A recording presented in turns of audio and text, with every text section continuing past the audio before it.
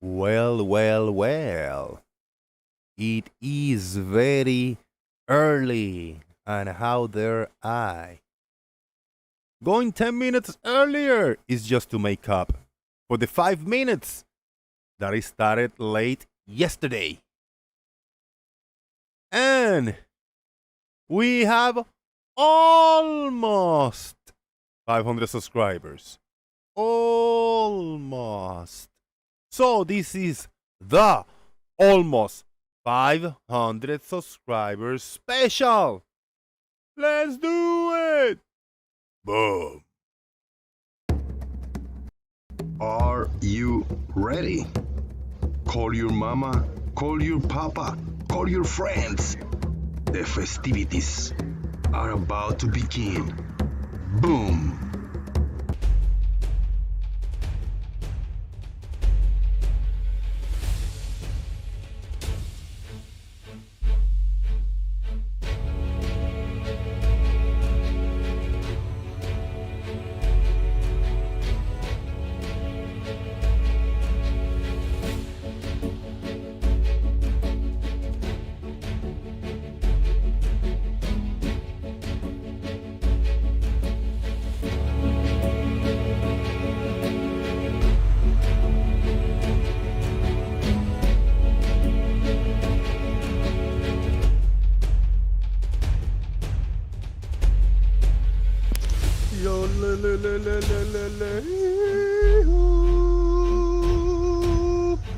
Today, right now, 2 minutes ago, what just happened? Well, the neighbor just decided to start making loud noises when the almost 500 subscriber special festivities was about to begin.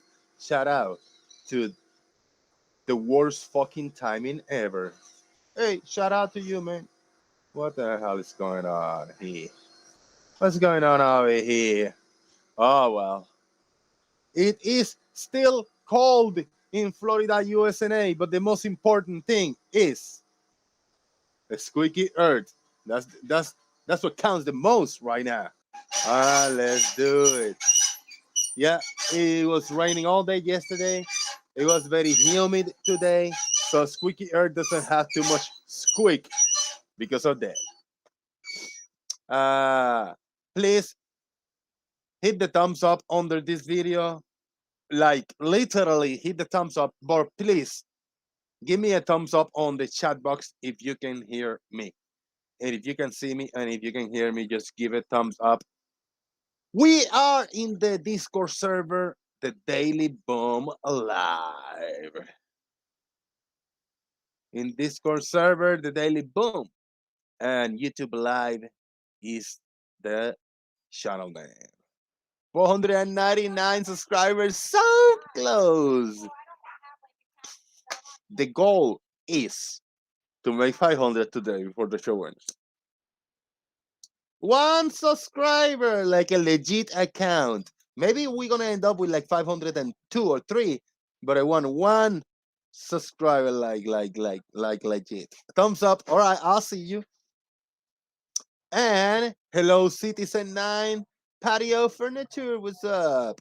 The StingRay, Howard Moore, Wilton 969, Martin, Doranku, Charlie Welch, Patio Furniture, Blue Marble Science. Thank you very much all for being here.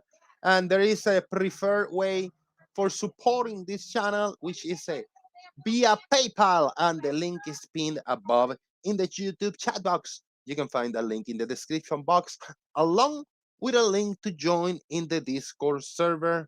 The Discord server name is the Daily Boom. So please make sure to join us there and let's have some fun. We already have Left Lane, Lale, and the StingRay on waiting over there. I'm gonna throw a link of the Discord server in the chat box. There it is. They and them are trying to prevent me from reaching. I did not hear you for asking a thumbs up if we can hear you. Yeah. I say hit the thumbs up. I'm gonna refresh the channel to see how many subscribers we got. Let's see. And we literally have. Let me hold on. Let me present. That and see what we got. We have. This is my YouTube live. Shut up. I did Jose. Not hear you for asking a thumbs up if we can hear. There you go. Slagging a little bit. And we have 499 subscribers. So close. So close. Oh, man. How about that? 499 we got. We got to make it to the 500. That's the goal. This is good, man. Really cool. Excellent. It looks weird. What's in the...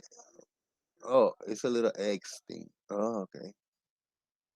It's a weird add-on. I have an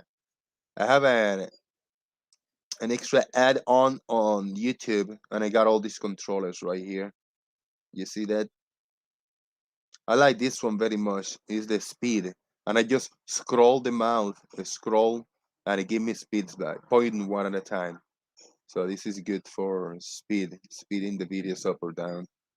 Taking screenshots, some filters. I can add video filters, pop-up player, expand, all kinds of good stuff, man. And the volume, the looping is really cool, you know. Says 500. Flip Flop is subscribed, and JG is subscribed too. So I have done the best I can with what I have. It's like an Inception thing going on over here. Look at that. Fancy kids. All right. Hello, Anamorphic Mind. Hello, Eric Erpelding. What's up? What's happening? Now, will we toy with you, Jose, and do the unsub and the counter hit when the counter hits 500? I know, man. It's going to be killing me. The almost 500, yes or no? Maybe, kind of.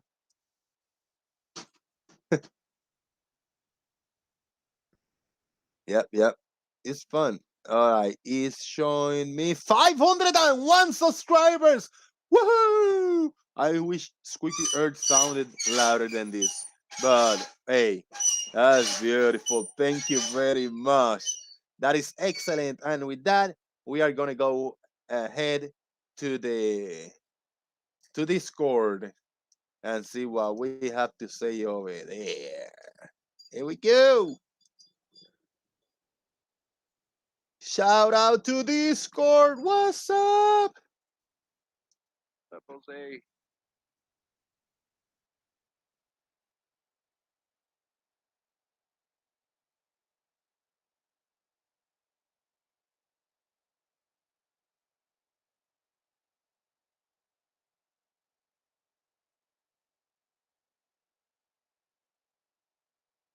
Shout out to Discord. What's happening, man? What's up? Hey, what's up? We're just hanging out. Nice. Jose Gary. I don't know what that's all about, but JG stands for Jose Gary. Yes. JG is Jose Gary. oh, you're Jose Gary. Yes, that's what the must be JG this- has always been. Oh, okay, I didn't know that. You must be part of the Gary Wabinga group. No, nothing to do, not related whatsoever to Gary No. Webinga. No, nothing to do with him. Totally different. guy. Any of the Garys in this called only Gary questionable is the only Gary Webinga. They get the questionable Gary. All of the other Garys have nothing to do with Gary Webinga. Figure. Go figure. We have Dora the Explorer in chat.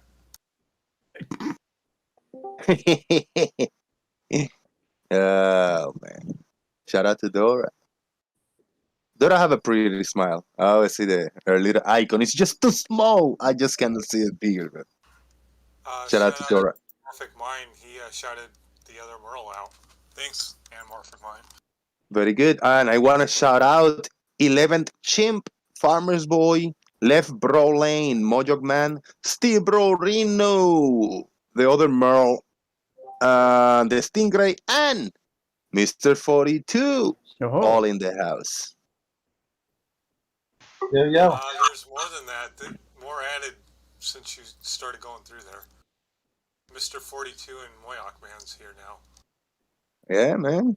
Good times, good times. Not only is he Mr. 42, but he's our favourite Mr. 42. How about that?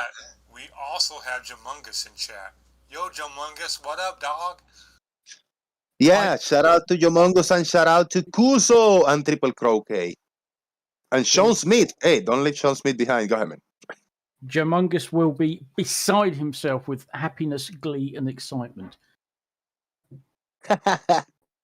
I see a 42 somewhere in there. What is that 42 about? Because we got 28 watching 27. Uh-oh. I jinxed it. Hey, good evening. Question. Good evening. What's up, man? How you doing? I'm fine, thank you. I forgot to connect my microphone first. Sorry about that. Oh, yeah, that helps. Yeah. It's all good.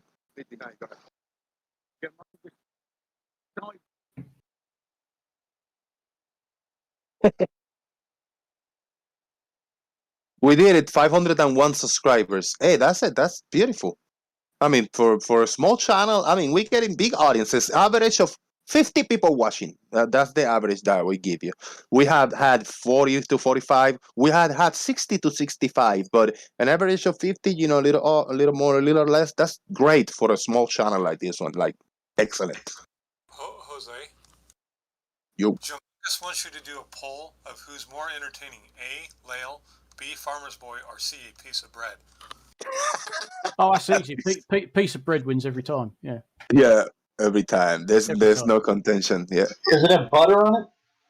Well, this is the thing. The number of things you could do with a piece of bread. I mean, clearly it's more entertaining. But be slippery with a, you know, not be too slippery with butter. Hey, somebody drop the YouTube link. I'd like to give a thumbs up. Yes, please. You guys, if you are here, make sure that you guys are subscribed and go over there and hit a like on the video. I spend always 10 or 15 minutes trying to think about a thumbnail, and I think of a thumbnail that I want to put in my videos, and then I come up with a different one. So I'll just try to make one up. It's not too bad. Not too shabby. There's no rhyme or reason. This one actually kind of, you know, have to do with the show today, with the stream. Oh, Mr. 42 is sharing the screen. Let's see what you got. First time sharing the screen, Mr. 42. Let's watch the stream and share that for YouTube. Oh, it's a game. It's just a game.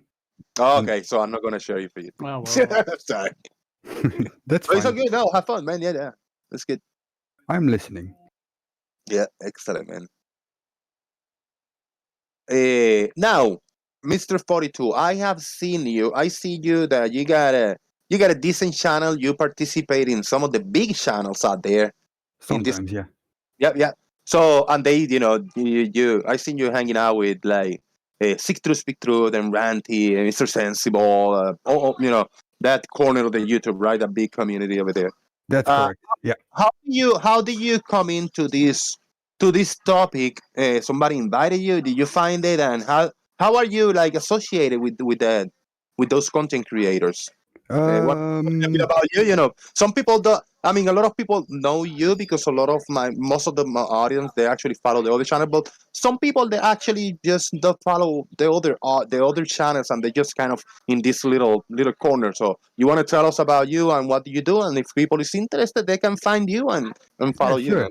Well, I started actually a long time ago as just a watcher. I was watching some channels. I think it started with Conspiracy Cats for some reason. And how that came to be, I saw a Flat Earth video and there were some arguments made. And with my limited knowledge of science, I was like, hey, that is not something I can dismiss with the knowledge that I have. So I looked it up, found the answer, of course.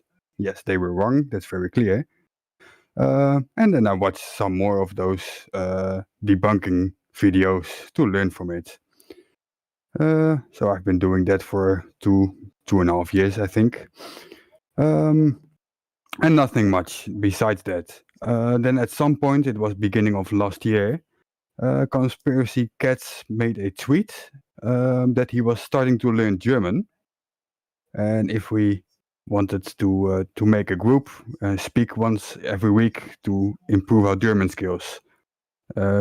Me moved into Germany about 6 years ago. Found that very interesting to talk with a content creator that I actually watch his videos from, and in the same time improve my German skills. At some point we had some sort of, it's not homework assignment because it's just a group of friends, of course, but we did something for the week after. I didn't quite understand the assignment, so I made a video. That was not the assignment. I still don't know what the assignment actually was. That's not important. But that was the first time that I ever created a video. And it was basically a debunking video short in German. I found that's actually funny to do. And from that moment on, I started creating videos on a more regular basis. That was in March last year. So that's the story, very short.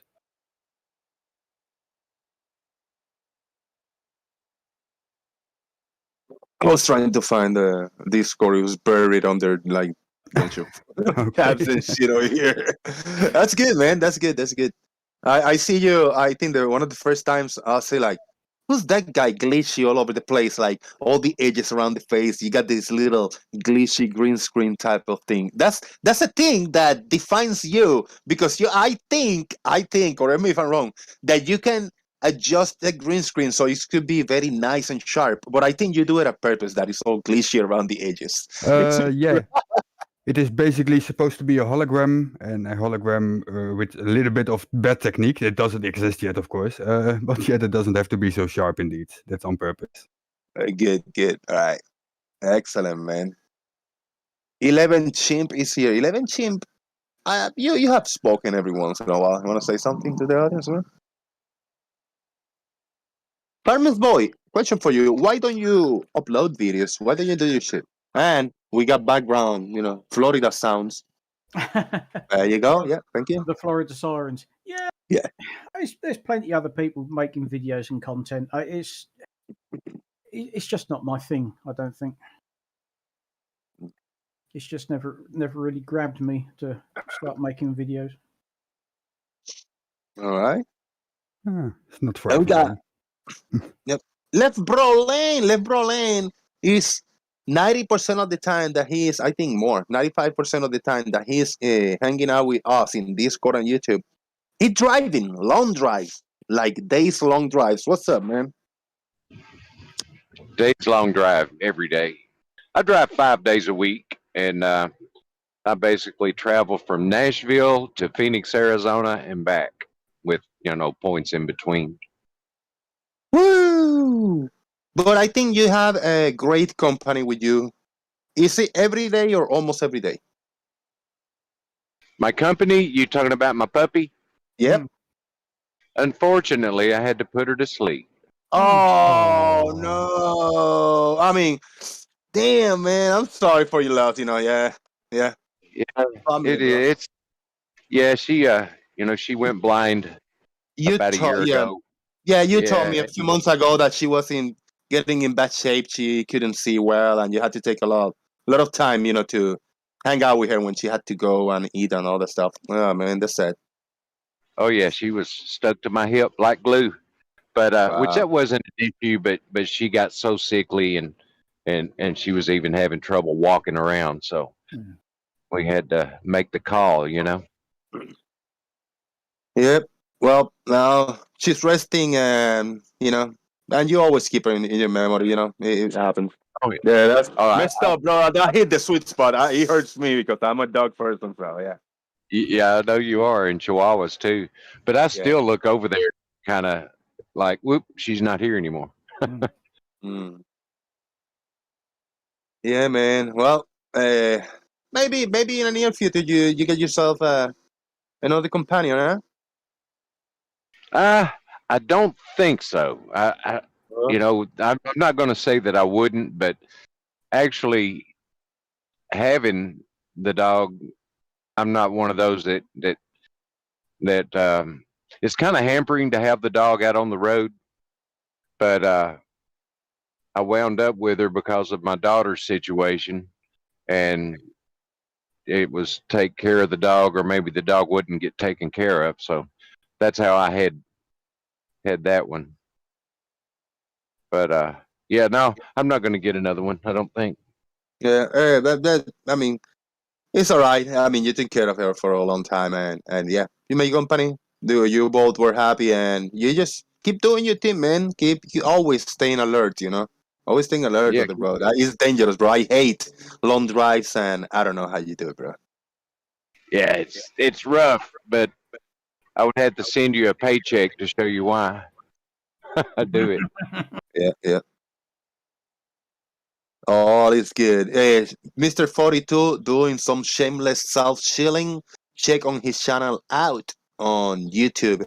And if you guys are on a PC or laptop, we got the go to channel option back. So if you are a moderator, which everybody is in this channel, you on a PC or laptop, click on the three dots next to their name in the chat box and go to their channel, and you can check out each other's channels. But the easier way, what Mr. 42 did, throw a link to his channel. So if anybody have a video that you have created and want to share it to the audience, you can share the video or share your channel if you got something and you're looking for a handful of more subscribers. So good times, good times.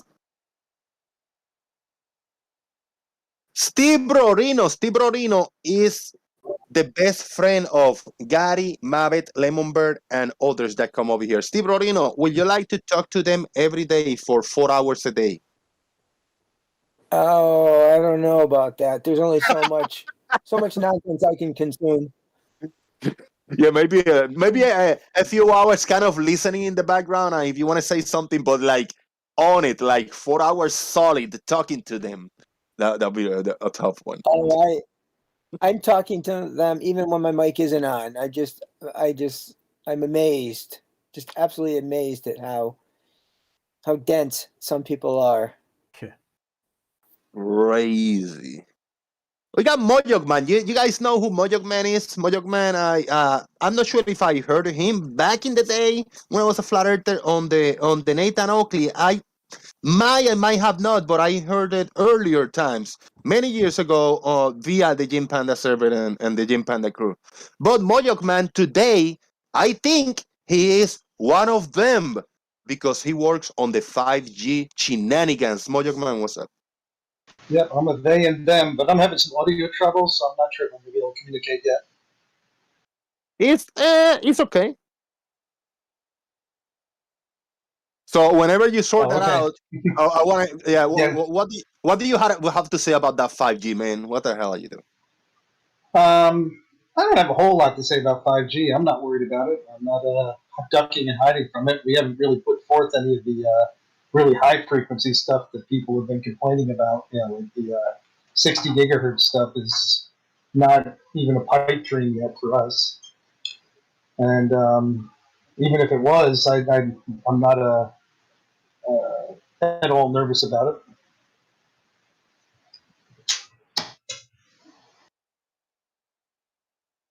Good stuff. Good stuff. And we have the one, the only. This is the StingRay. StingRay, what's up? Not much. Just chilling. Editing some of my flat Earth 3D diagrams for explanation and stuff. So.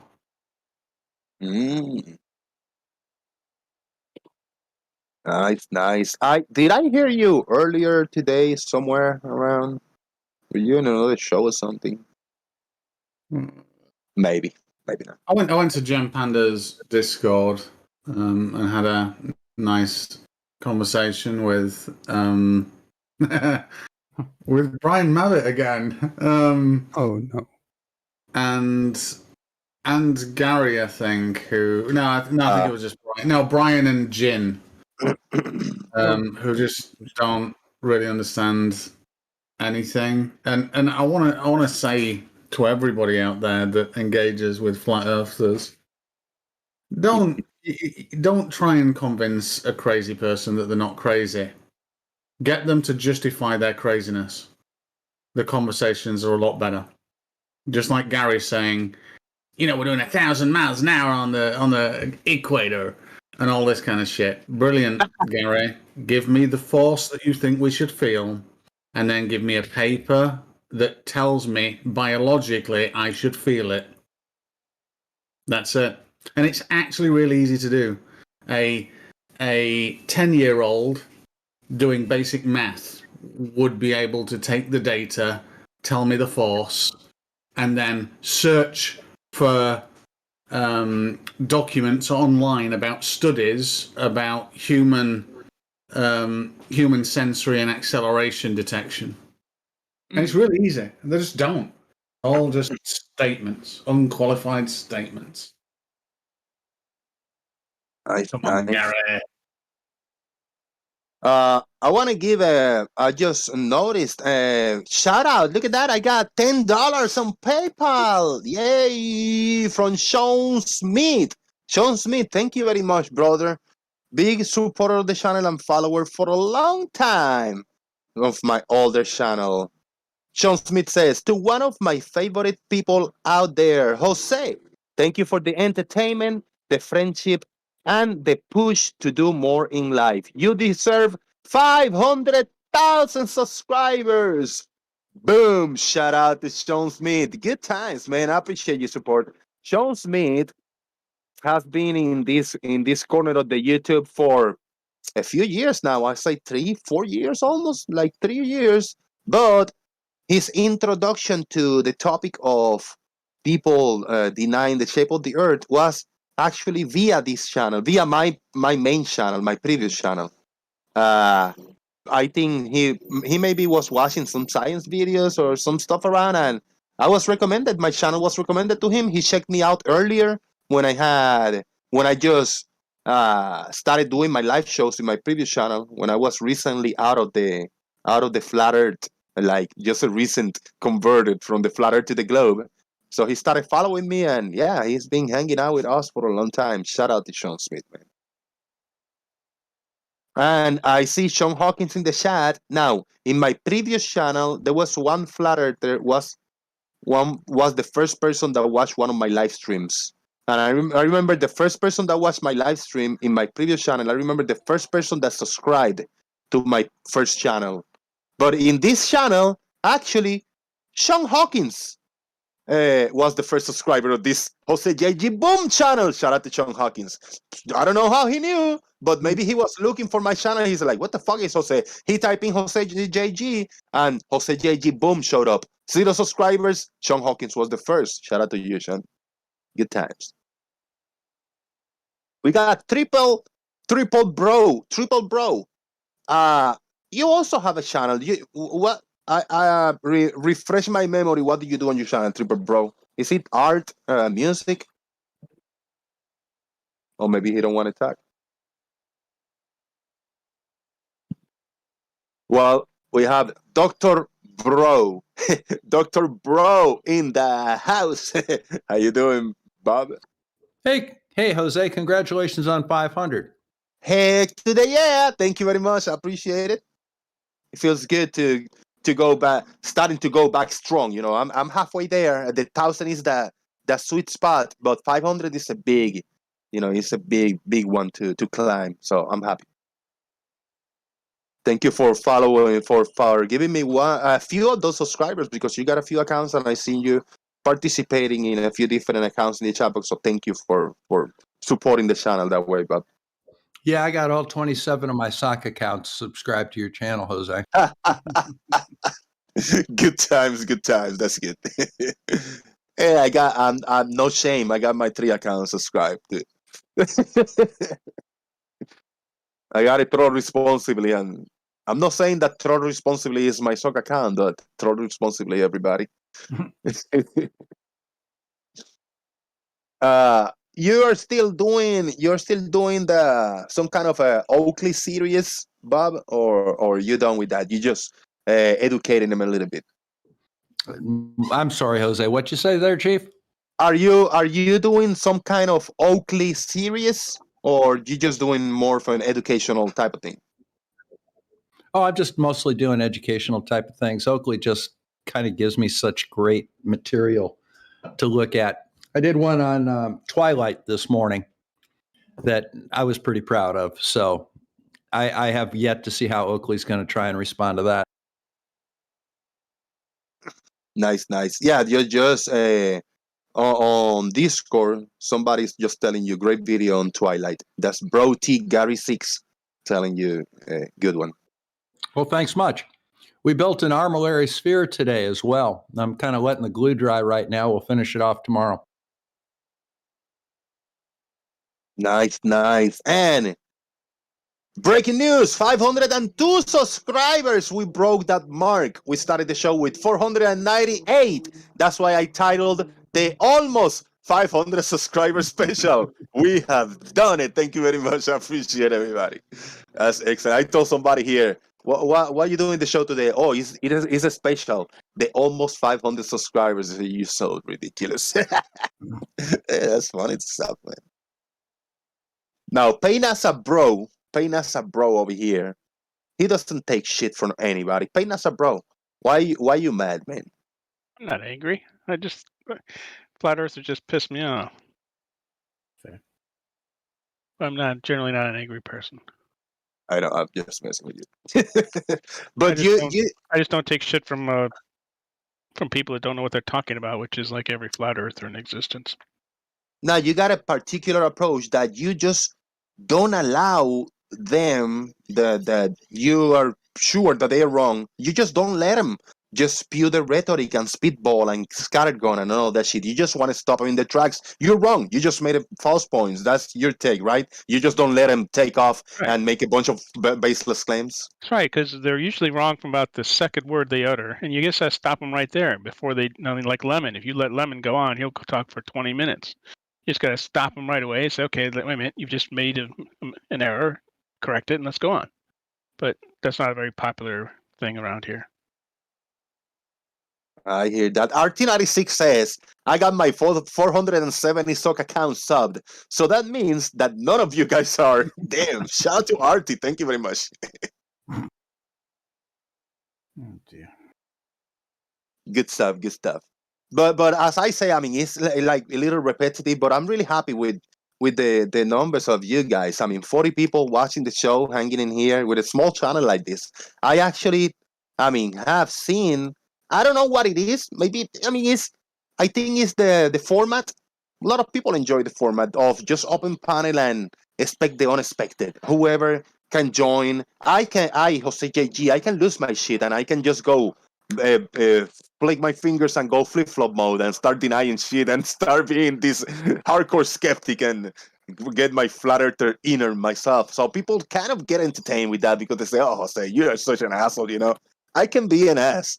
But I think people enjoy that. And then we got some characters, those denying reality and all this stuff. And I don't know, it's entertaining. Now, other channels that are actually doing really good work and they actually do educational videos and science videos, and they tell us the correct things and they show articles, evidence. Some of those channels, smaller channels like me with maybe 1,000 or 2,000 subscribers, some of those channels don't get a bigger viewing ratio by subscribers. I don't know if it's because people already know this. I don't know if the target audience for this, let's say a new Glover that have 2,000 subscribers, and he want to put I'm going to tell how this flat earther is wrong. I'm going to show you the right way. And depends on the format that they do the presentation, depends on the things that they show. They're going to have a bigger viewer or not, but I think the target audience will be flat earthers. They want flat earthers to learn, to know. So the Glovers, they say this is simple stuff. I'm not going to watch this because I already know how this works. I think I'm just verbal salad, word salading over here. I don't know if anybody get me, because if I want to tell you, hey, I'm going to tell you how, how the revolutions of Earth work. One revolution per day. So I'm gonna explain to you how. A lot of people say like, yeah, I kind of already know that. I don't need to click and watch the video. So yeah, less amount of people will watch unless it's something like me. And I say like, all right, we're gonna talk about one revolution per day. Brian, what you think? And we get a Brian Mavitt shouting, "You guys are fucking ludicrous!" You know, I think it's more fun. So a lot of people are gonna watch that more. What do you guys think, man? No, that's a valid comment. I can sometimes hear Brian Mavitt smiling when he's talking this shit and then slightly giggling as well. So I'm not entirely sold on that he really believes it. I'm not.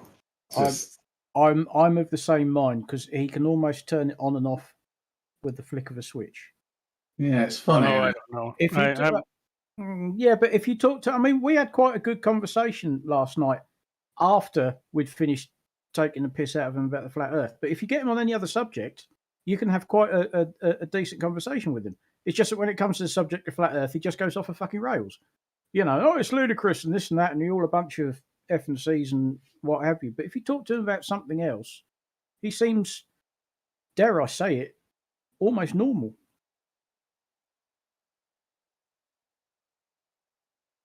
So, don't know.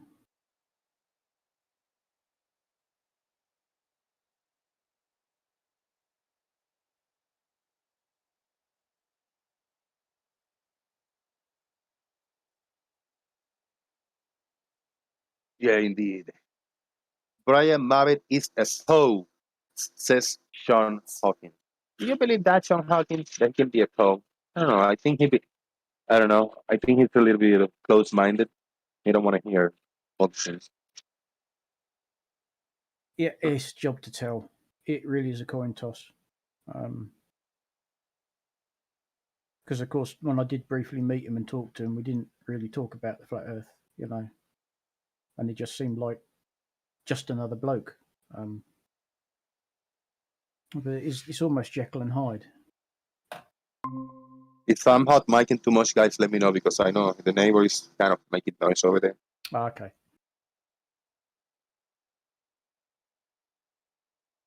Just sharing my screen, the bendy level is for them.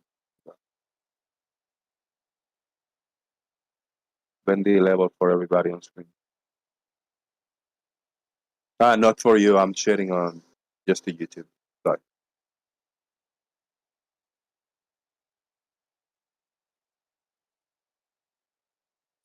Wilton969 says, I remember the first time I heard a Mavitt meltdown on the show.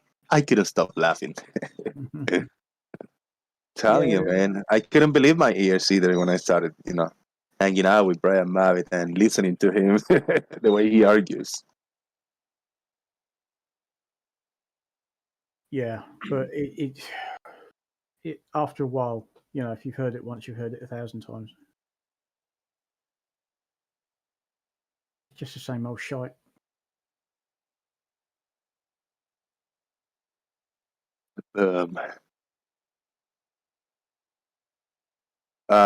Yesterday I listened a little bit. They said like, that the Bev crew was going live, whatever. Like as my show was going, so Rakia was blocked, banned in the Discord because he was just being such a drama maker and such an ass.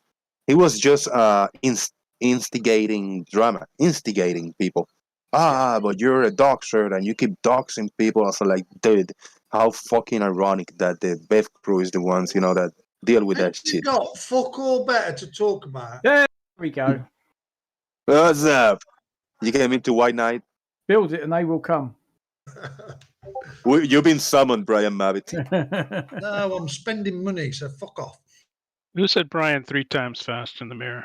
Now, this is the perfect that you just arrived now, because one of the points that Rakia had to say, he blocked me from the Discord server because Blue showed up and Blue told Jose to boot Rakia. So Rakia think that Blue somehow, like controls me or tell me what to do or something. When I was already Rakia blocked.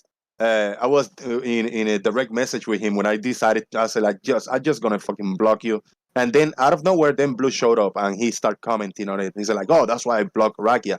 So one thing had to do anything with the other. I have already chosen to block you because you were instigating a lot of drama in the chat box.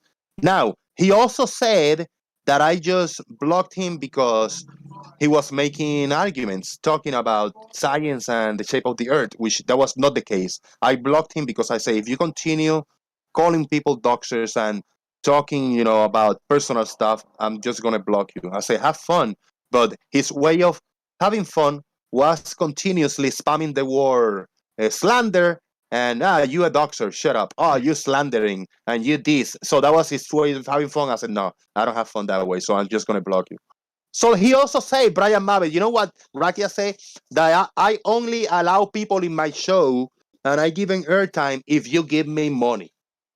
So if you give me money, if you open your wallet, Brian Mabbott, and you give me money, you are allowing the show. That's what Rakia and a lot of other people think is happening. How much money have you given me? I'm not saying indirectly because a lot of people actually used to super chat me to ask you questions.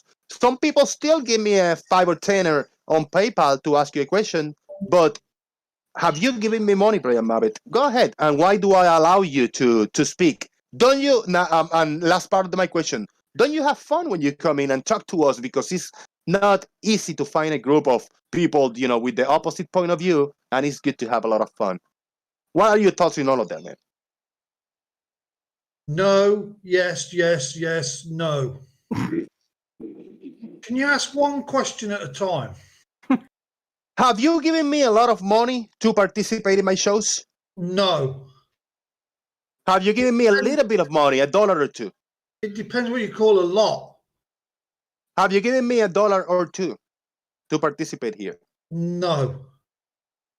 So you're giving me zero money, just to get clear. Nothing. Thank you. and yet you allow him to take part and talk and everything, and he hasn't paid. That's disgraceful. I don't give to charities.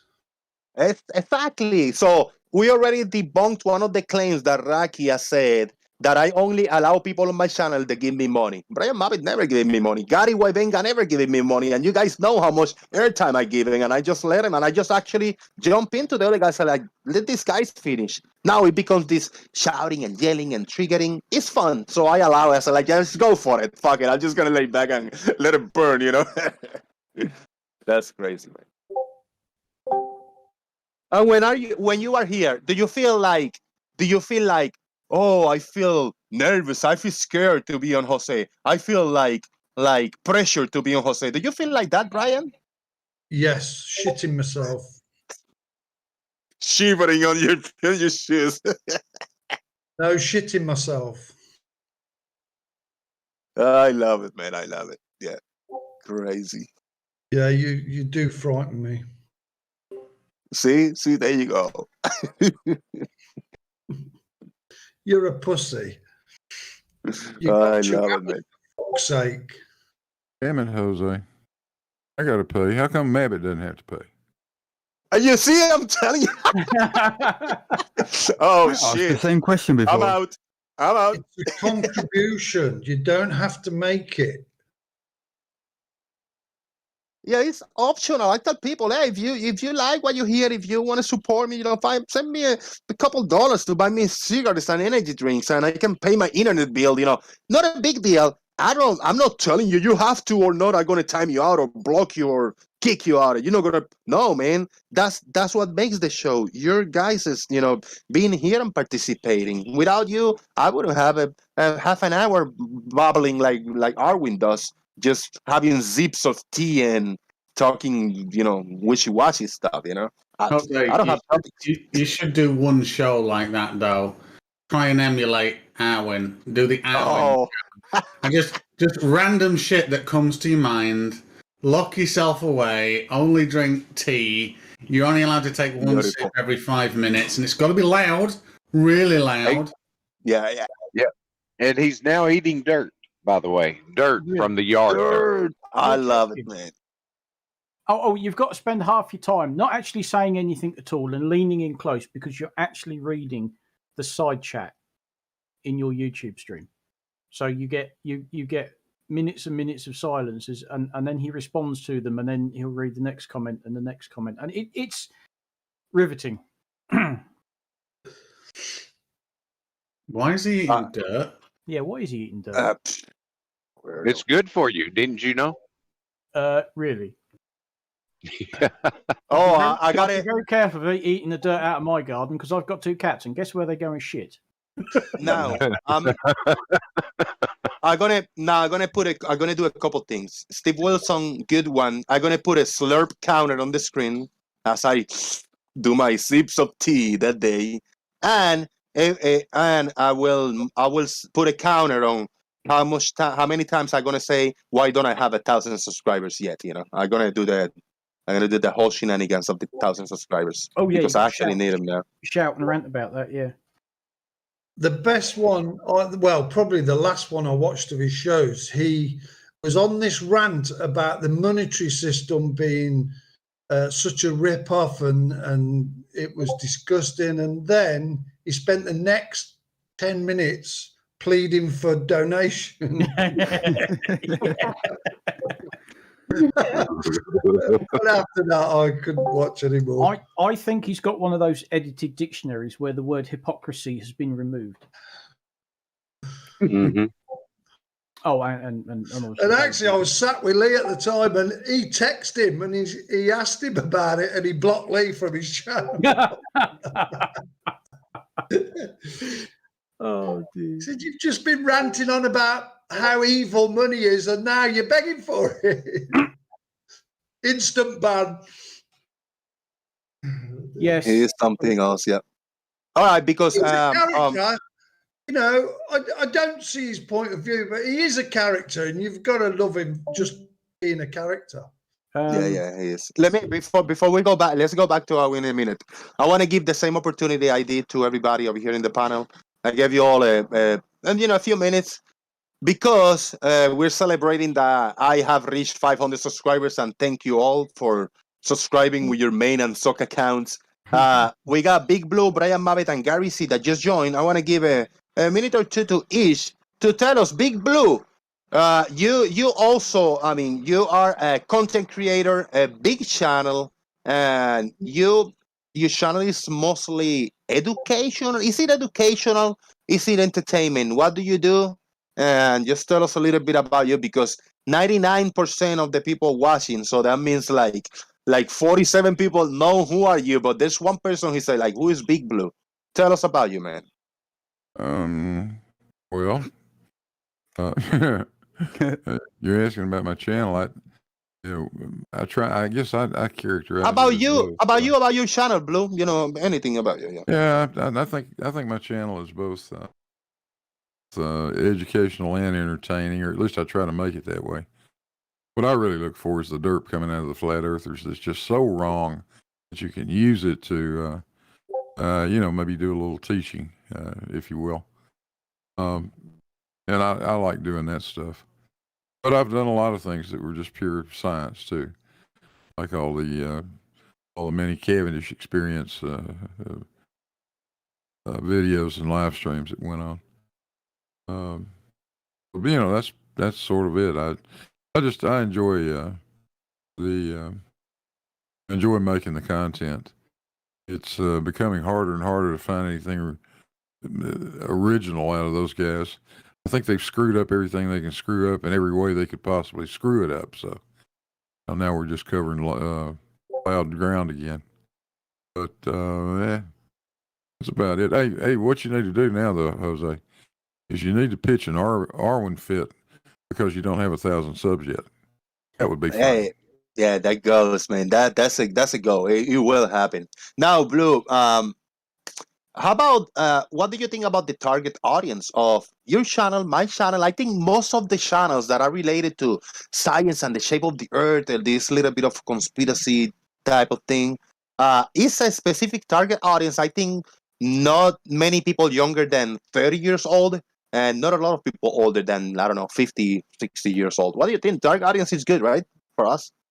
Yeah, I think so. I think that's the probably the demographic that it appeals to, somewhere in that age range, anyway. And I think that makes it fun because people is not too young, to like they be talking like giggling and doing all this little fancy stuff. So people have already 30, 40 years, 50 years old. So people have something to give to the discussion. I think it's interesting that demographic. Most of my audience, 43%, 44 is between 55 and 64. Oh,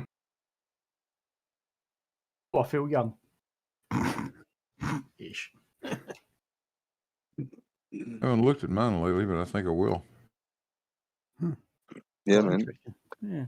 I think my target audience is from like 35, to like 40 to 50. I think that's the biggest peak. So we can say those are geriatric channels. Geriatric channels, right. Yeah. the older audience. Brian Mavitt, do you have a channel, and why don't you have a channel? Because you are very vocal, and you actually have things to people might be interested in a channel that you put up. If you put clips of you flying a drone, you sitting down and maybe screen sharing something and just rambling, ranting about X or Y or Z, doing 2 or 3 minutes clips, I think people will watch that. Why haven't you, or do you have a channel? And tell us a little bit about you, Brian Mavitt, for if anybody don't know you. Yes, no, yes, and what you see is what you get. That was trying to get them in the order that you asked 11 questions. I think you missed out a blancmange in there somewhere. What you asked? I do it, yeah. In general, tell us about you, man, and YouTube if you have any. I've got a YouTube channel where I've put some videos up. I don't promote it. I don't push it. It's just there to keep some memories. That's all.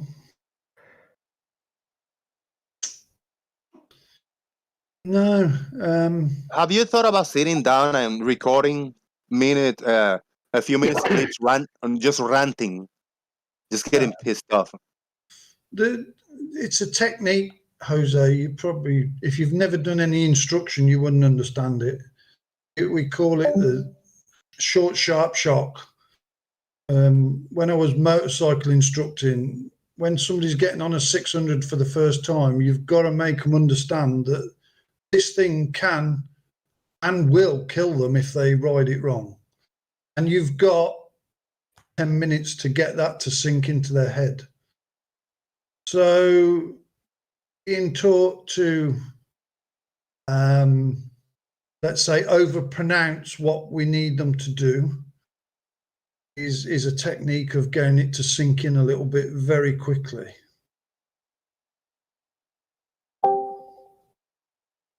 And I think it's working with some of you. Some of you, not so much. How's it working on me, Brian? Dragging you from underneath a lorry, I suppose, at the first fast corner. Is it working all right on me, Brian? I think so. I'm a bit disappointed. I was hoping you was a normal person, but I think you've showed your colours now. So I know, it's terrible. Wow. I know more or less where to place you now. I'm a shell, right? Not saying anything, mate. But for the shills in here, you've got to ask yourself, why are they doing this? Doing what? Who are they, Brian? No, I'm talking to the shills. Who's them, Brian? Whoever pays you. Who's if you're them? a shill. Whoever pays you if you're a shill. So the answer is in only the shills will know this, because what these people seem to do is play one side off against the other. My audience pays me, Brian. I think it's a big game to them, to tell you the truth. So none of us are shills then? I don't know. I just put a poll. I just put a poll up. Let me explain this poll. I just put a poll up on the YouTube chat box. What age group are you? Thank you, Kusov. That's a great idea. Please vote. It's anonymous, so please vote. There are 4 categories: under 29 years old, 30 to 44 years old, 45 to 59, and over 59. It should be over 60, but that one got a little trick in there. But please vote. To have a better idea. Go ahead, man. Go ahead.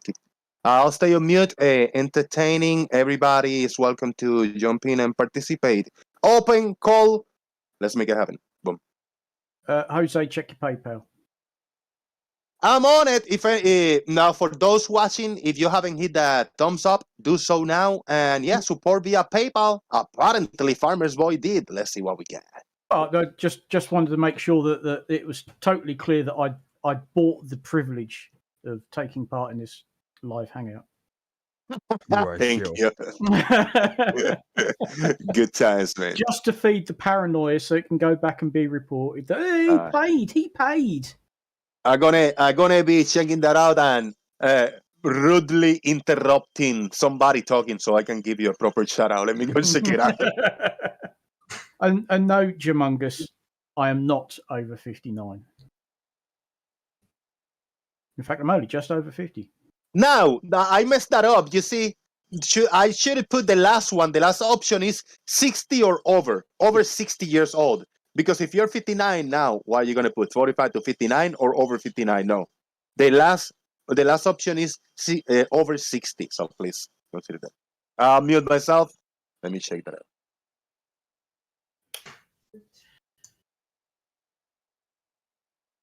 Already there's a very clear trend. There's no youngsters here. Nope. Nobody under 29 or 29 and younger. No, which does say something about our educational system. Well, before you say that, and actually I'm glad that I was able to check PayPal because we got a big $20 by Farmer's Boy. Wow, thank you very much, brother. Appreciate your support. Thank you for being the person that pay to be in the show. Appreciate it, man. If not, oh man, I was already checking you out. Say, Farmer Boy don't give me no money, he's out. So thank you, brother. Appreciate it. I speak with you every now and then, and because when we say at the end of the show, thank you for having this for us. Do actually mean it. It is appreciated. Yeah. No, thank you for supporting by being here. And bringing your wiseness with. I do appreciate it, even though you do let lemon in. right. You got to take the rough with the smooth, haven't you? I'm telling you, man. All right, I'll mute myself. Thank you, Bruce. Oh, and Tusk is 17.5. What's that? The third time?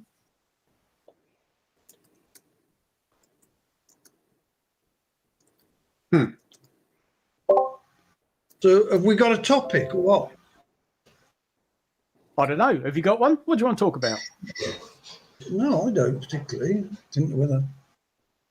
I mean, okay. We can't talk about flat Earth because it's not flat. Shit. Well, that's it then. I suppose you'll go home. Oh, hang on, I'm home. Shit. Job done. Job done. Well, it's not flat. We know it's not flat. Well, we do. There seems to be a certain group of individuals who haven't got a fucking clue, but. Would it be easier to talk about something more specific regarding that, like Coriolis? Oh, careful. That way people can't wander all about. We just have to stay on topic. Do you want to explain Coriolis to us then?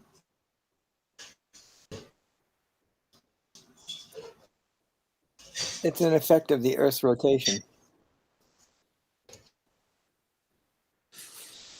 Is that it? Well, yeah. Yeah, but there's a few weird things about it, though, right? If I don't think this can be true, because if it were true, then that effect would be apparent in so many things and would have to account for it in so many different ways that it'd be completely obvious to someone with common sense. So I call bullshit on that. You mean like long distance shooting? Oh, bullshit on what? Coriolis, because if Coriolis force was an emergent force out the apparent spin of the Earth, would have to account for it, like you're saying, long distance shooting. It would be in artillery manuals from World War II. They'd use it in construction of large beams and metal composites. It'd be intrinsic into the gold standard, for God's sake, and we just don't do any of that. Okay. Flip-flop stingrays in the house. Flip-ray. Flip-ray, yeah. What you saying Coriolis is then? What do you... What is? You want to know what it really is? It's the vector cross product of the velocity vector of an object and the spin vector of the rotation of the Earth. That's what it is. Yes, with prefamulated amulite. Hey. No, what you said was perfectly proper.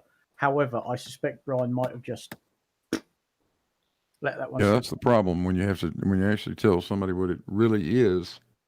Most of the time, they just zone out. How about conservation of momentum? Well, conservation of angular momentum is one way to look at it. Yeah. Angular momentum. That angular is going round a curve, yeah? Well, just going angular around. Yes, that's right. That's called an acceleration, isn't it? Not necessarily. Angular acceleration. Oh yeah, it's an acceleration when you're. So you're a pilot, moving in a circle. It's an acceleration, all right. You're a pilot, Blue, yeah? Yeah. So what is your belief if you take off north? What's your belief? Your slide slipping with the Earth, are you, as you're traveling north? Is that how you see it? No, I see it as I'm traveling in an atmosphere. I see it as my airplane doesn't really know what the Earth beneath it is doing. It only knows the air mass that it's flying in. And if the air mass is rotating with the Earth, which it is, then the Earth, the air mass, and the airplane are all rotating. Rotating? Yeah. They're going in a easterly vector. Moving west to east, yeah. If you take off north then, in what, a Cessna, what will that do? 2,500 miles an hour? Cessna, yeah, 120 knots if you're lucky.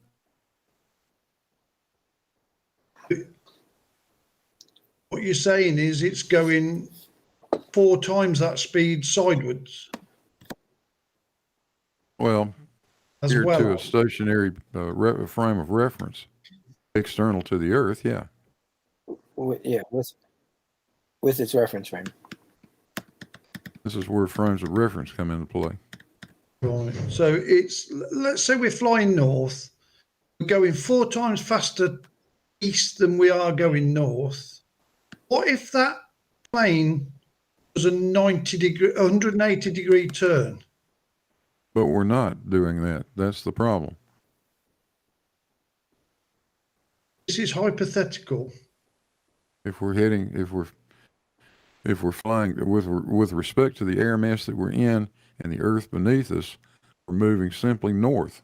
We're not moving west or east, only north.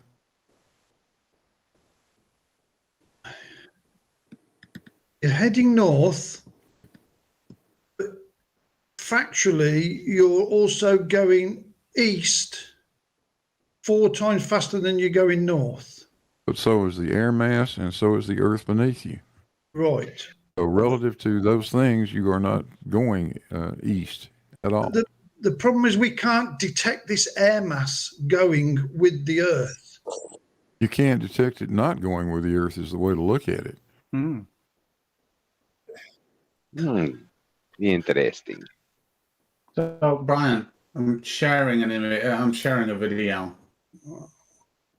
What now? These fish are swimming around nicely, and this tank has got bendy water in it.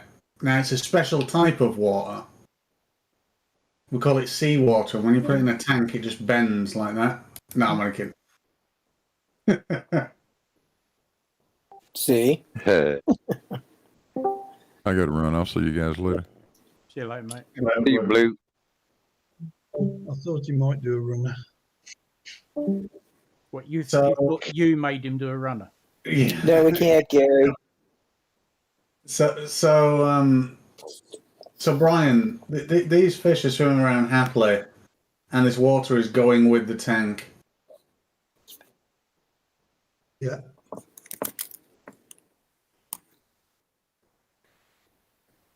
Now, the crazy thing is, and the honest thing for me to say, is that if these fish had our sensors, they would notice that they're being rotated quite quickly. They would notice that because it'd be a strange sensation for them. It'd be an accelerating pull that they would feel. But the water they can swim around freely in, and that's fine. It just goes with the tank. But the thing is, one rotation per day, these fish don't feel. And neither do we. And this is why when I was saying yesterday, when you're saying speed, relative to what? And the only thing that you and Gary need to work out is really simple. And I've looked at this, and I don't want to look at it again and say, look.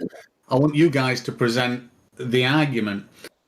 The argument is we don't feel constant velocity, we feel acceleration, which is the change in velocity.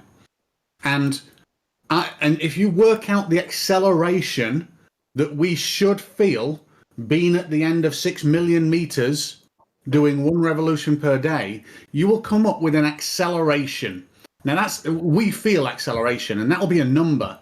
And then you'll be able to go to a study. I know of one study that I looked at that tests individuals on their sensory perception and their envelope of perception of acceleration. And it used quite a broad spectrum. It used incredible, awesome athletes down to the average person, down to people with colds, with virus-type symptoms as well in this sample size, to get a really broad spectrum to see what the threshold of acceleration is. And then if you presented, hey, look, the Earth causes this acceleration, and this study worked out the minimum that we would need to detect, and this Earth's rotation acceleration is bigger than this, so we would feel it, and that'd be a completely valid argument.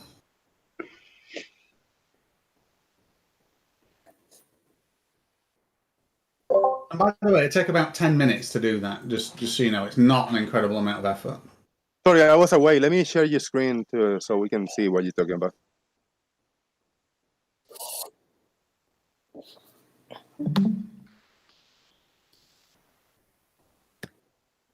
What are we watching now?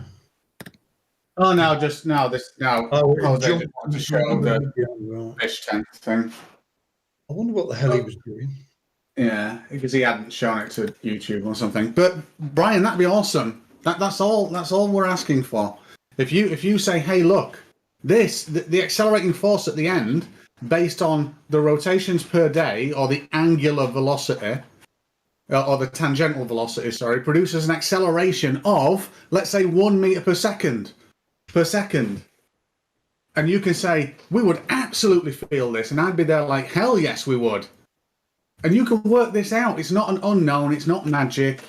It's there to be worked out really easy. In fact, you could use an online calculator to do it. Okay, I need to say something very, very important, because I just realized that I have another PayPal donation, and it's by StingRay. And there's a message: just so you allow me more than farmers. And you know how much? Because Farmer Boy sent me $20. StingRay sent me $20.01. Wow! Thank you very much, the StingRay, for your support. That's beautiful, beautiful. Thank you very much. Appreciate it. Farmers, he beat you, man. Now, is anybody thinking on beating StingRay? Farmers gave me 20. StingRay gave me 20 and 1. Boom. Thank you, sir. Can I pay Jose some money, Susan? No. Hey, hello, Susan. What's up? Hello, Jose. She's doing a fire. Woohoo! Fun. Unfortunately, doesn't Susan need it for coal? Yeah, she does.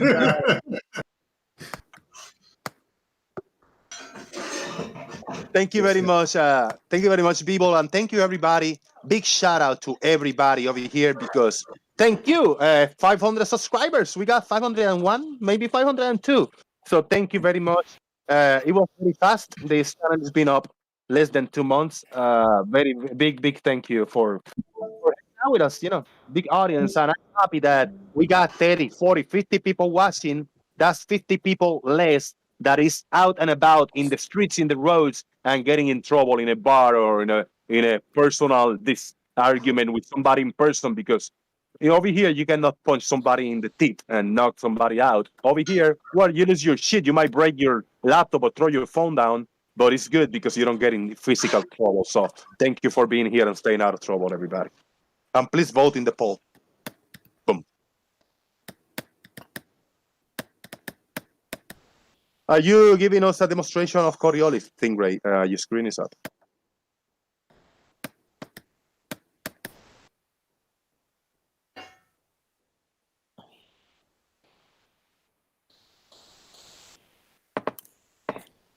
I thought you just ended the stream. Well, now we're showing something else.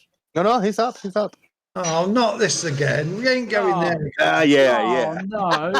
I love it, man. That's good. We've debunked all this. No, you haven't. Debunking doesn't mean getting out of bed.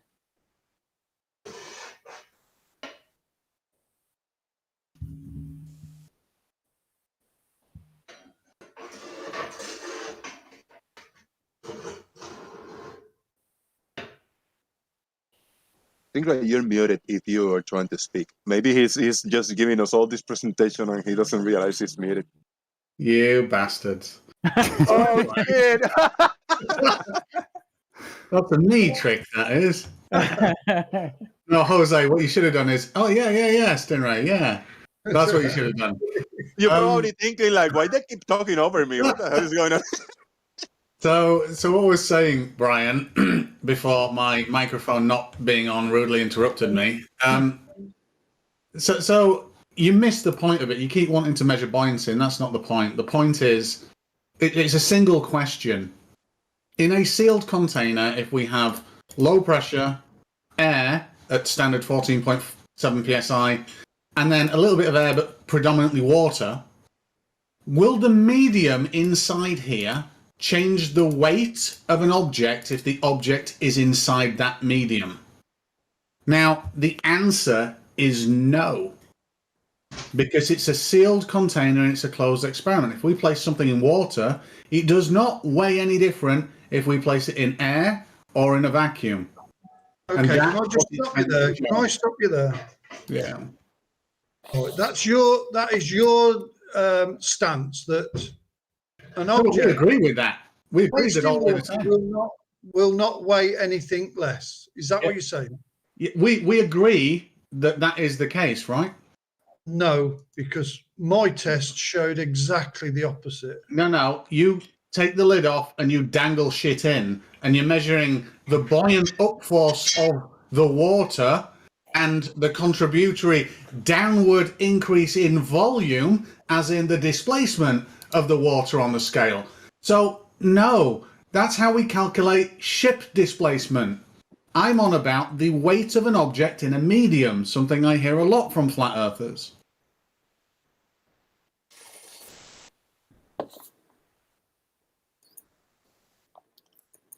So again, just really simply, Brian, this is my statement. Nothing to do with buoyancy or displacement.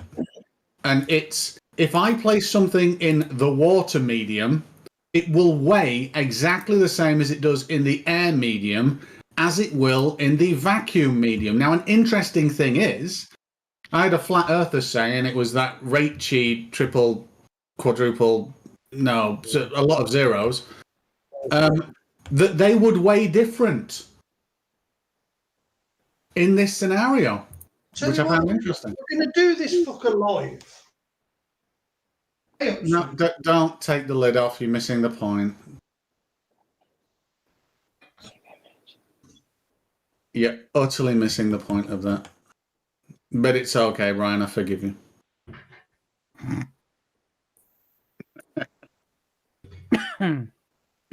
Oh dear.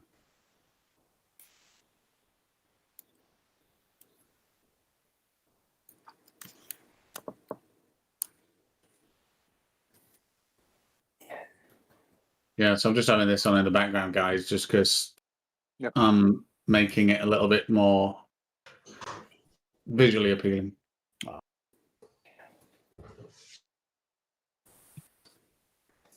I think we can wrap up this poll up on screen. The poll was, what age group are you?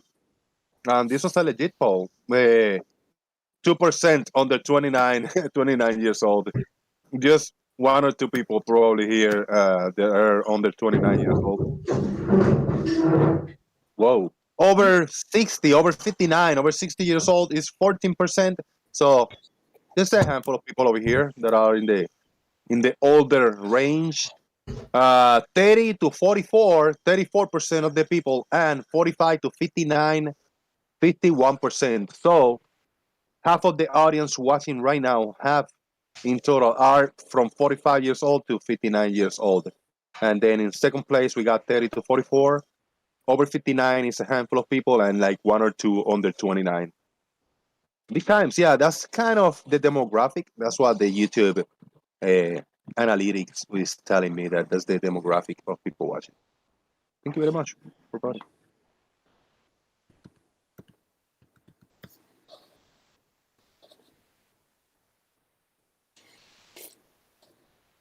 The floor is yours, guys. Mr. 42, you're here. Do you got any? Because you already have an idea on Brian Mabbitt's approach. Do you have you want to talk to him for a minute? Maybe a question, comments, concerns, or Sorry, do you want I to literally have tell no him? idea about Brian because I have never watched his videos and I'm only hear them talk 2 times. So I have no idea what he's on about. Well, I didn't I pay don't any think. attention to him. Yeah. Now, for Brian, you can bring. Do you want to tell him anything about the globe and how anything works on the globe and how some flat earthers are wrong, and see if Brian agrees with you or not? Maybe you are the person that is going to tell Brian something about the globe, and Brian's like, yeah, that's correct, and he only works on a globe. Oh, bit. Already right. You got my video. No, the thing is, I don't make my videos to ever make any flat earther convert to our side or any other side. I just point out their arguments where they are wrong. I don't even try to prove a globe ever.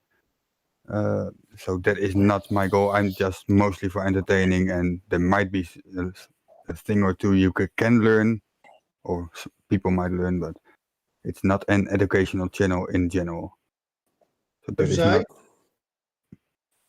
That's good, Mr. 42. Brian Mabbitt, you're sharing your camera. You want me to share to the audience? I'll do that. Yeah.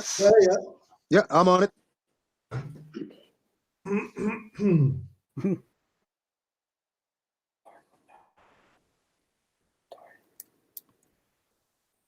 We've got the kitchen scales zeroed. We're going to put a glass of water on there.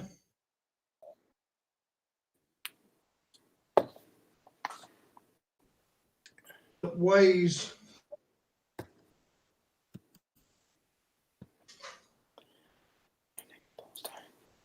Yeah, so tear it now, Brian. Zero it out. It's reading backwards. It's all right. Zero it out. So it's 0. Right. And then weigh something. 0. Inside the water. No. There's no other reason than this is the first thing I've grabbed is an egg. We got an egg. This is an egg. Yes, this is an That is supported with sellotape around my finger. Oh, just dump it in the water, Brian. Right. So that does not weigh anything at the minute. It's zeroed. You actually couldn't make this shit up. I promise I promise Brian Mabbott and me have planned this for months. It went No, so well. sorry. It went so well in rehearsals. I've got my fingers crossed for you. No, it's not at the bottom. Miles away from the bottom of the glass. Look what it reads on the scales. That's reading backward. Well, I'm looking at it. I don't know if you're seeing it the right way around. It says 57. Yeah, I'm seeing that. Yeah, 58, 50. It's flickering. It's struggling to make its mind up. Now, somehow that water has gained 57 grams out of this egg. Just put the egg in the water, Brian. Just put the egg in the water and weigh the egg in the water, weigh it out of the water, show that it weighs the same and prove the point. Job done. Right, we're going to drop the egg to the bottom, and it'll probably, I think it read 62 last time I tried it. Yeah, make sure you're not holding the egg up though, Brian. It's now transferred all its weight to the glass. Yeah, make sure it's not holding. Make sure you're not holding it up. No, there's the sellotape. I've let go of the sellotape. Yeah, fair enough. Now it's touching the bottom of the glass. Yeah. And it's reading 61 grams. Right, 61 grams, give or take, like a tenth of a gram. So now, empty the water out, put the glass on, tear the scales, put the egg in. Guess what? It'll weigh 61, which means the medium it's in was irrelevant.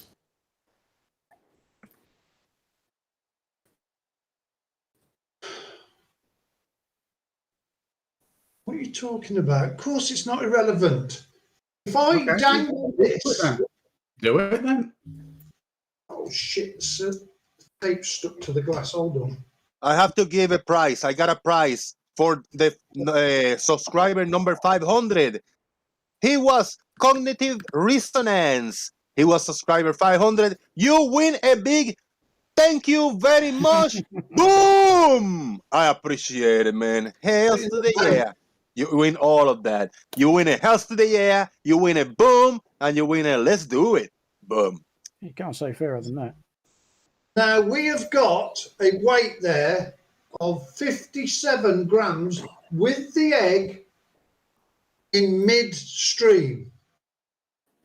Yeah, because you're holding some of the weight, and some of the weight's going into volume displacement of the water. That's not the experiment, Brian, but well done. How can you say it weighs the same? Because you're not actually conducting the proper experiment there. The postulation is this: the medium that something is in can change its weight. That's actually bullshit. And you prove it by weighing the same thing in different mediums, and it weighs the same. The only way you do that is you tear the scales with the medium on it so it reads 0 and put the entire object in there.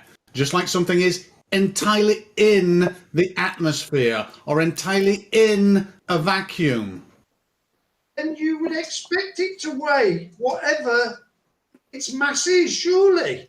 No, mass is not weight, Brian. Telling him that. But it doesn't matter. I know what you meant. Right. And yes, we would. Here on Earth with gravity, that's exactly, but not density disequilibrium. Stop destroying your own bloody religion. What's it reading 100 grams now?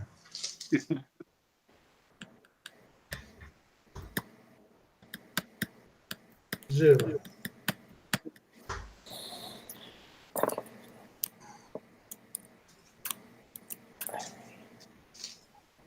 You should be able to do this yourselves.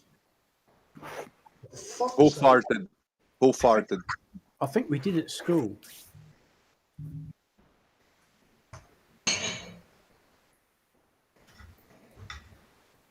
It's a job to remember. Hello, Mr. Victoris Radio. Are you new? Hello, I'm new. Right, so we've got the egg hanging from the scales. Can you see that? No hanging, no displacement or buoyancy here. We want the overall weight surrounded by the medium, Brian. Not what you're doing, but thanks. I don't understand what you're saying. All you're going to do, if you drop this egg into the bottom of the glass, is weigh everything together. That's the point, Brian. It's to prove... Oh, my God. Please listen to these words now. Very carefully. I'm going to be a flat earther for 2 seconds, yeah? Move you out the way. I'm now the flat earther, and I believe in density disequilibrium, and that's why things fall. Fuck this gravity shit. So my statement now is as follows. It is the medium and the difference in the density that causes things to fall. Fuck knows why they go down, but they just do. But it's the difference. So therefore, with that in mind, we can expand on it. We can say, great, well, if it is the difference where we calculate the force, then the same mass in different densities will produce a different force, a magnitude of force, which, yes, we call weight.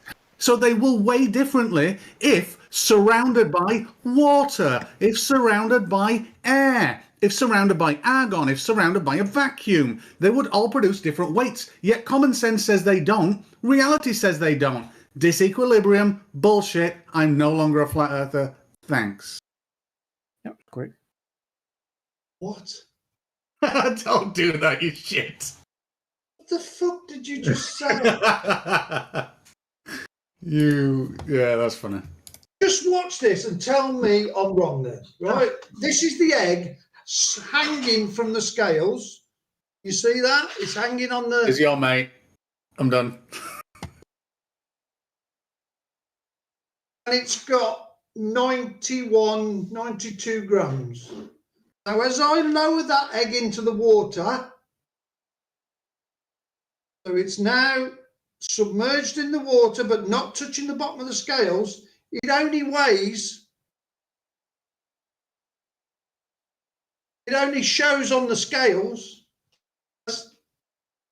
7-8 grams. How can you possibly say it doesn't weigh anything different when it's supported by the water? Oh, so it's not supported by your hand. So if you let go of it, that'd be done. And is it fully supported by the water? So here's the thing for you then, Brian. If what you said was true, not utter bullshit and not entirely incorrect, then in placing something that sinks in water, you'd see the scales zeroed, put a 1 kilogram weight in there, and it would gradually increase in weight as it went all the way down to the bottom until it touched the bottom of the scales, and then massively increase in weight. That's not what happens either. Never said that at all. Oh my God, I give up. I would. Sometimes you can be so stupid you don't know you're stupid. You're weighing a... Let me just repeat your test then. There's the scales. There's the water. Let's zero the scales. And what do you say? Drop something in. Yeah. Is that what you said? So the way that we do it is we tear the scales with water in, we drop a 1 kilogram weight in there, and it'll measure 1 kilogram. We take the water out and drop a 1 kilogram weight in there, and it'll measure 1 kilogram. And I'm on about the force, not the mass. Just, yeah, I realised I fucked up there. Let's say 2 pounds. We're getting feedback from the audience, and Kuso is asking if you can do the experiment like Riley. So use salt to stop the egg from touching the bottom instead of a net. Oh, yeah. Experiment. Yeah, you can do that. It's just that if you watch it now, when the egg is halfway down, we get 58, 59 grams. But when the egg goes right to the bottom, we get 60, well, it's saying 63 now, but it's 62 normally. But when the egg's in midstream, we get 58. Across the streams. Now, I'm sure if we made this water more dense by putting salt in it and the egg floated at the top, I'm sure it would increase by the whole weight of the egg. I'm disappointed, Brian. You're not using flip-flops. I've got my slippers on. How is it midstream? How's what? How was it midstream? Did you hold it up? Yes, I've got the egg on sellotape here. No shit, it weighs less if you hold it up. What did you expect? You have some weight in your hand still. Then it weighs less. Duh. Right, so the egg... that is you cheating on purpose. No, I'm not fucking cheating. You are exerting a force by holding it up. It. You are exerting a force by holding it up, Brian. I'm showing you 95% or maybe 98% of the egg's weight is transferred to the scales. I'm only supporting like 3 grams of weight. You shouldn't be holding it at all. Yeah, that's the whole point. Don't hold it up. It will just go to the bottom, and the whole weight will show on the gram on the scales as 63 grams. Just answer this question, Brian, and then we're done. So the water didn't make a difference to the weight. The air didn't make a difference to the weight. It still weighs the same if it's entirely immersed in that medium, correct or no? The egg's weight doesn't alter. Awesome, thank you. You can't believe in density then. It's gravity. Well done. The weight is transferred to the water because it's more dense. Don't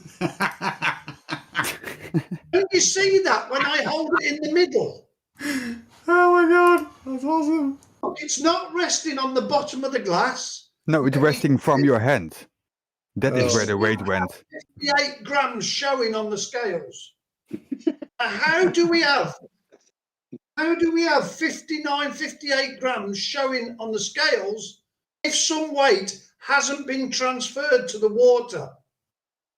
Brian, why don't you just put the egg and just add some salt to it? Mr. 42 will like you to do that.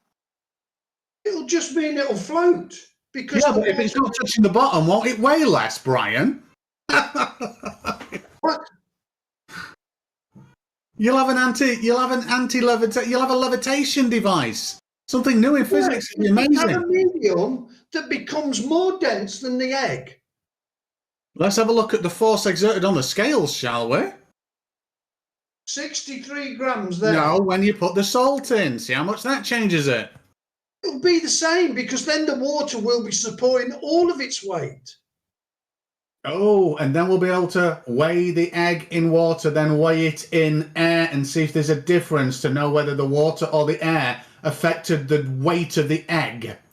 No, it doesn't affect the weight of the egg. You are correct, Brian. You are incredibly correct. Everybody agrees with you. We call it gravity. You've just invalidated density disequilibrium, which isn't that hard.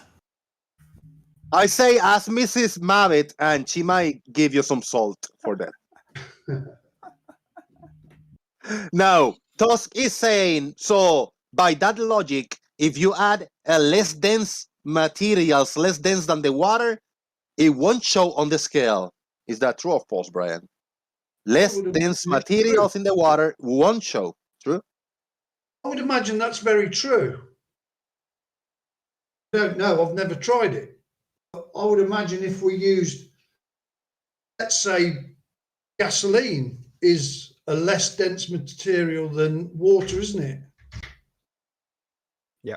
So if this container is halfway and you just complete the container, the next half up with gasoline, it wouldn't reflect on the scale, you say, because it's less dense than the water. No, it would. It's less dense, not no density whatsoever. It's less dense. I've actually got another way to phrase this. This is a lot better. Brian, is there any way that we could prove that the surrounding density difference of a medium alters the apparent force applied to an object within, thus validating density disequilibrium? Sue said no. you're right. Welcome to Florida, everybody. Oh, sirens are just gone again.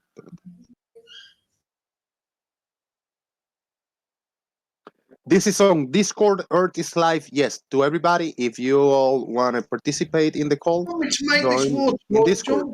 Do you want me to put salt in this water then? Dude, if you can make that egg float and try to get it like halfway there instead of you holding it because you are applying the pressure, you are a factor on this. You know, alternatively, he could use the tape, bending over the edge so it still floats, but he doesn't hold it up. The glass holds it up. That would be fine. That's what it's doing now. And see, there's your increased weight compared to you holding it up. Yeah, because the weight is in the tape. Oh, if I move the tape, it will go to the bottom because there was the applied 3 grams that was missing is being applied through the tape.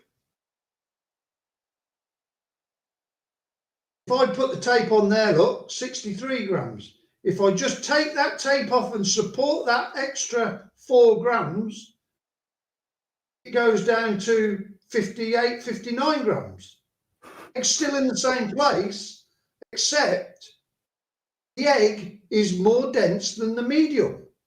So it's still going to go downwards. Yeah, So but Brian, most importantly, the density didn't make a difference to the downward force. You even agreed that. And you're right, density doesn't make a difference. And if varying density, wiggling the independent variable, does not actually cause the effect that you're looking for, it must be thrown out, correct? I'm not looking for a force. I'm saying what you're doing is just weighing everything together. You mean doing the force? Yeah, measuring the force. Get it? Yeah. Weighing everything. Your scales is just weighing the container, the water, and whatever you put in it. I haven't got a Oh, let Mr. 40, Mr. 42 had a few points. Just let him. You've just got a fucking container with water and a brick in it, or gold, or whatever you put in it. You had a follow up for him, Mr. 42 earlier, and StingRay kind of jumped in. No, I actually did not have a follow up. He just doesn't get it, and the way is in the tape apparently. So we are laughing our ass off in the chat. The tape is stuck here. Look, if I just let that tape go, the egg will go down there, and then you get the full weight on the scales. Yeah, but you can use the tape to not hold it in your hands, but stick it to somewhere on the glass. That is, the egg is still floating halfway, but you're not holding it up. And you did that before, and you had the complete weight. So does that tell you? We apply a weight to the outside of this glass, it is going to show on the scales. Watch my finger, watch the scales. I will press on the glass and it will transfer that to the scales. All the tape is doing is transferring the non-supported mass to the scales. Exactly what StingRay's test would do, just measure everything that's in the container. That is just a straw you're trying to hold on to.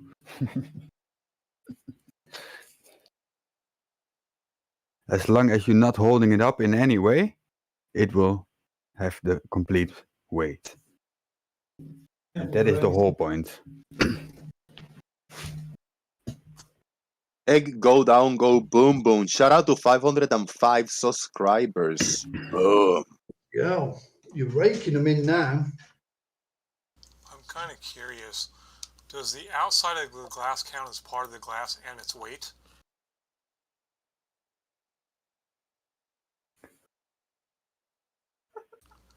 Brian? Sorry, I can't hear you there. You're really quiet. Oh, wait a minute. I might have turned you down. He is really quiet, to be fair. Sorry. Is this any better? Not yet. Where are you?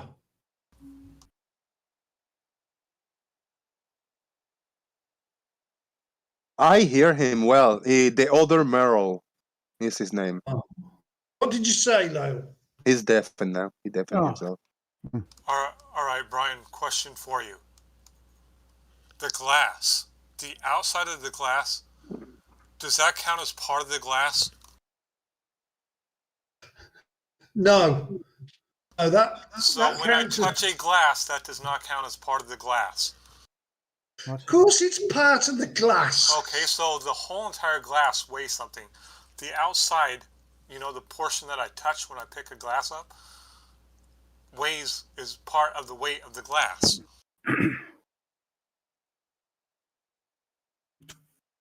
What are you saying?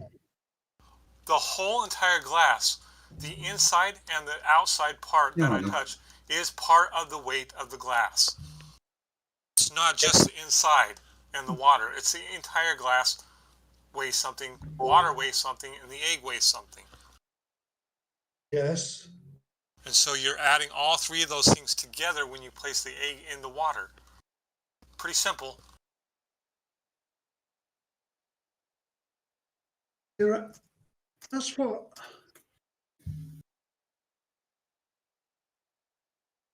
What did he say?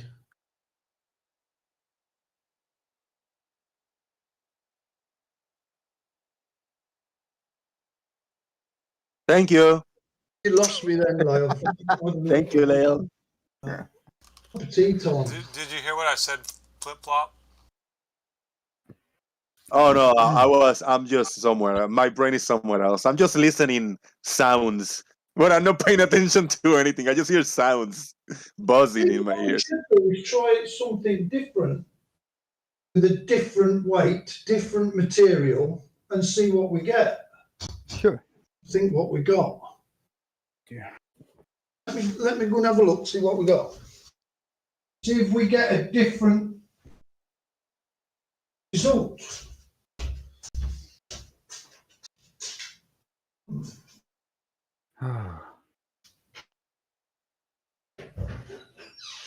Shout out to Graham Matthews. Can you guys hear me now? No. Are you lying? Yes. No, I can't hear you, Lil. Why doesn't Brian understand that the entire glass, including the outside portion of the glass that you touch when you pick it up, counts as part of the weight of the glass? Because he's a flat earther, man. Why would he understand anything? You cheat. Uh-oh. Start fighting words, Brian. Right, I've got a screwdriver. Yes, the whole entire screwdriver, Oh shit, let me hide. including the portion you touch when you pick it up, weighs. Use the screwdriver to adjust the water. Oh, no. Is it a plus sign or a minus sign screwdriver? I thought the screwdriver was for stabbing. A plus sign or a minus? Oh, great. Brian, is it a plus sign or a minus sign? It might affect the way you view this. No. It's a Phillips screwdriver, actually. Stop it, Lyle, please, for fuck's sake. So it's got a minus on it. A plus on it. Is it a Phillips or a Posi drive? Oh, I don't know. I never looked at the tip of it. Right. Scale's gone off now. Are we safe? Put the screwdriver away. I thought it was for stabbing or Right, something. so the scales have been zeroed with the glass on. Oh, this fucking thing. And the water. What are we doing? What are we doing here, Brian? We're trying to disprove gravity. Put the screwdriver on and see what it weighs.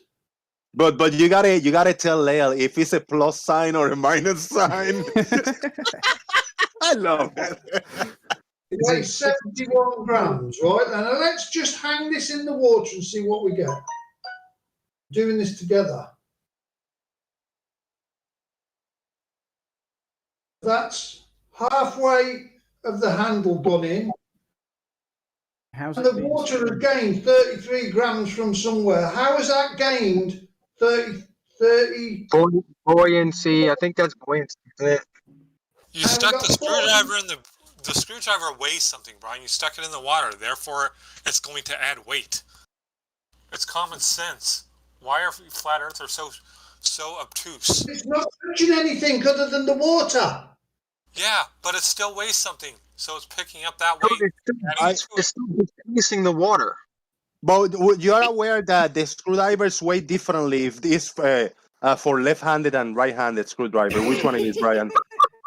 Well, it also depends on whether it's plus sign or minus sign, right? What The colour is it? screwdriver isn't touching the bottom, and we've got 37 grams transferred from the screwdriver into the water. Is everybody agreeing with that?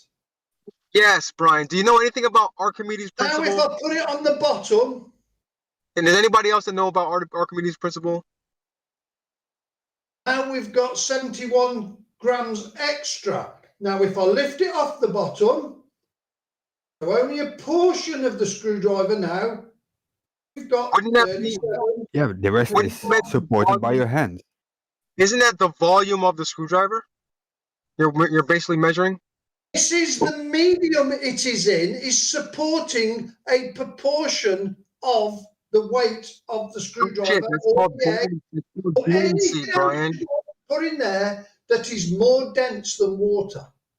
It's called buoyancy, isn't it? Somebody help me out. Things that are less dense would just float on the top, and you would get the full reading all the time. This isn't anything to do with the hypothesis of trying to demonstrate density disequilibrium is why things fall, because you're quite simply failing at that, and all you're doing is demonstrating you're actually calculating volume displacement, which is where the weight's coming from. You're displacing a volume of that water with the actual item or part of the item while still holding on to it. That doesn't say that the medium something is in is why it goes down, and the difference in the densities produces a different magnitude of downward force, because that's patently false if you do the experiment properly. However, flat earthers disagree with you. Is your phone waterproof, Brian? Because we can have a better look if, you know. You can bollocks. It's a pretty simple principle. Screwdriver's weight is less when you have less of it in the water, so therefore, the portion being weighed is the portion in the water. Therefore, if you have the whole screwdriver in the water, you're weighing the entire screwdriver. If you have a portion of that displacing the water, it's measuring the container, the water, and the portion of the screwdriver that's in the water. Pretty simple. You first grader can understand that. Why can't you, Brian? So has the water supported some of the weight of the screwdriver? No. Where has the weight come from then? That the water screwdriver is weight. Does the screwdriver have weight, Brian? But what are we looking at here? Is this another tool? Because I don't see the scale. I don't see a screwdriver. It's like a weird screen you got going on right now. Oh, he's shit. Right, I'm going to try now with a rule, a steel rule. Only weighs 17 grams. All you're doing is badly demonstrating something we learn at school, which is buoyancy. That's all you're doing. And we're not interested in buoyancy. What are you interested in then? Because that's what we're fucking arguing about. Disequilibrium, Brian. I gave you it verbatim at the start of all of this. 0, water, scales, steel rule, right? Steel ruler. Yeah, Weight, guess what? The ruler has weight. And the less amount of that ruler you stick in the water, the less it's going to weigh the ruler. Or the less of the weight of the ruler is going to show on the scale. 18 grams it's showing as an overall weight. Now let's just lower it into the water. It's going in the water. Let's see if it actually picked there. It's got 1 gram of it. You're just repeating the same thing again. Yes, I know. Yeah, the same what is that a definition for? The water has supported He's not expecting a different outcome, though. I don't think, Mr. 42. Madness. Else the scales wouldn't increase. Which, oddly, is more insane in this circumstance. Exactly. Thank you. Brian, when you say support, what do you mean by that? This test shows that. No, define support. I'm asking you a direct question. What do you mean by support? Brian, you're just demonstrating buoyancy, Brian. You're just demonstrating buoyancy. I want him to demonstrate the definition of support. Define support for me, Brian. Right. Okay. In your own words, without looking it up, what do you mean by support? Right. Let me just try and get. It's not the best of subjects, I know, but have you ever carried a coffin into the church? Brian, answer my question. Please. I'm trying to. No, have you ever been part of the bearers that carry the coffin? I don't care about your church? analogy. Define the word support so I understand what you're saying. I'm trying to, Lael. If you just fucking shut up and listen. There are 6 people carrying the coffin. It weighs, let's say, 200 kilos. No matter how many. Are you going to take all of that 200 kilos on your shoulder, or are you going to take a portion of that 200 kilos on your shoulder? Whether I take all of it or a portion of it, it still weighs the same. It doesn't change weight just because. I never said it does.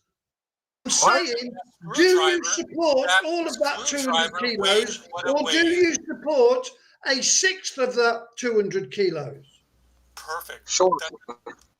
That doesn't matter. The screwdriver weighs what it weighs. You put it in the water and it adds to the weight of the whole entire apparatus. Pretty simple. It obviously is not, because you can't get the fucking concept. If you dangle something into this water and some of its weight, its mass, whatever you want to call it, transfers into the water and shows up on the scale, that is an obvious sign that the water is supporting some of the weight of the object you're putting in there. Brian, says the guy trying to disprove gravity by displaying buoyancy. This is a pretty simple principle, Brian. If the container weighs 10 grams, the water in the container weighs 10 grams, and the screwdriver weighs 10 grams, when you add those all together into one thing, it's going to weigh 30 grams. Agreed. Very good. I will agree with you 100%. When you take a portion of the item you put into the water out, it's going to weigh whatever that portion is. What do you think? What do you think StingRay's doing now? Is he just weighing everything that's in them containers? Yes, the weight of the brick or whatever that is. That's exactly what I said. Have weight.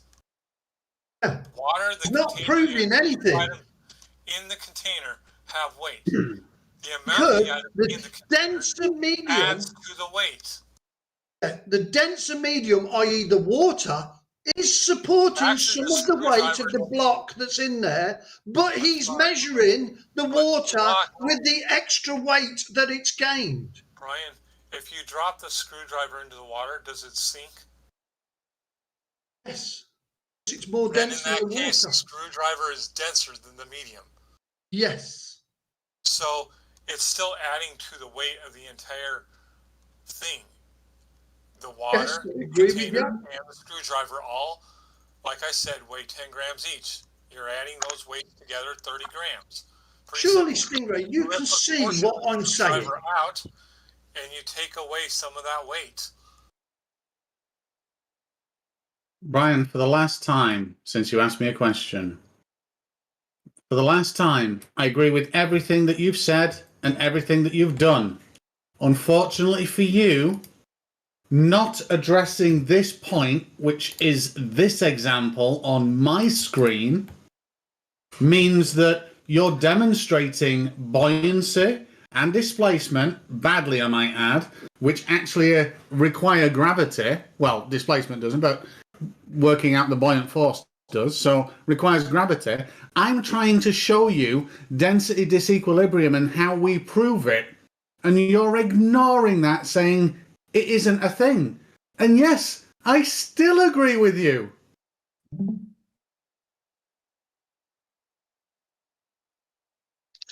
Because if density I've just thought of another thing, Brian. Look at this.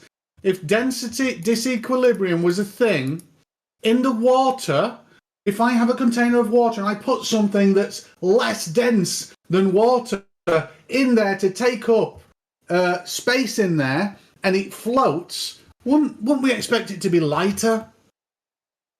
No, we wouldn't. Because gravity is still pulling everything down.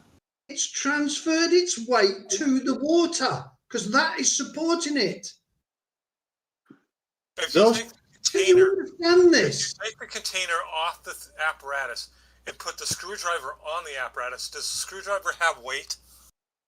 Yes, I weighed it. It was 71 grams. And if you put it in the container without the water, does the weight of the container and the weight of the screwdriver add to each other? Yes.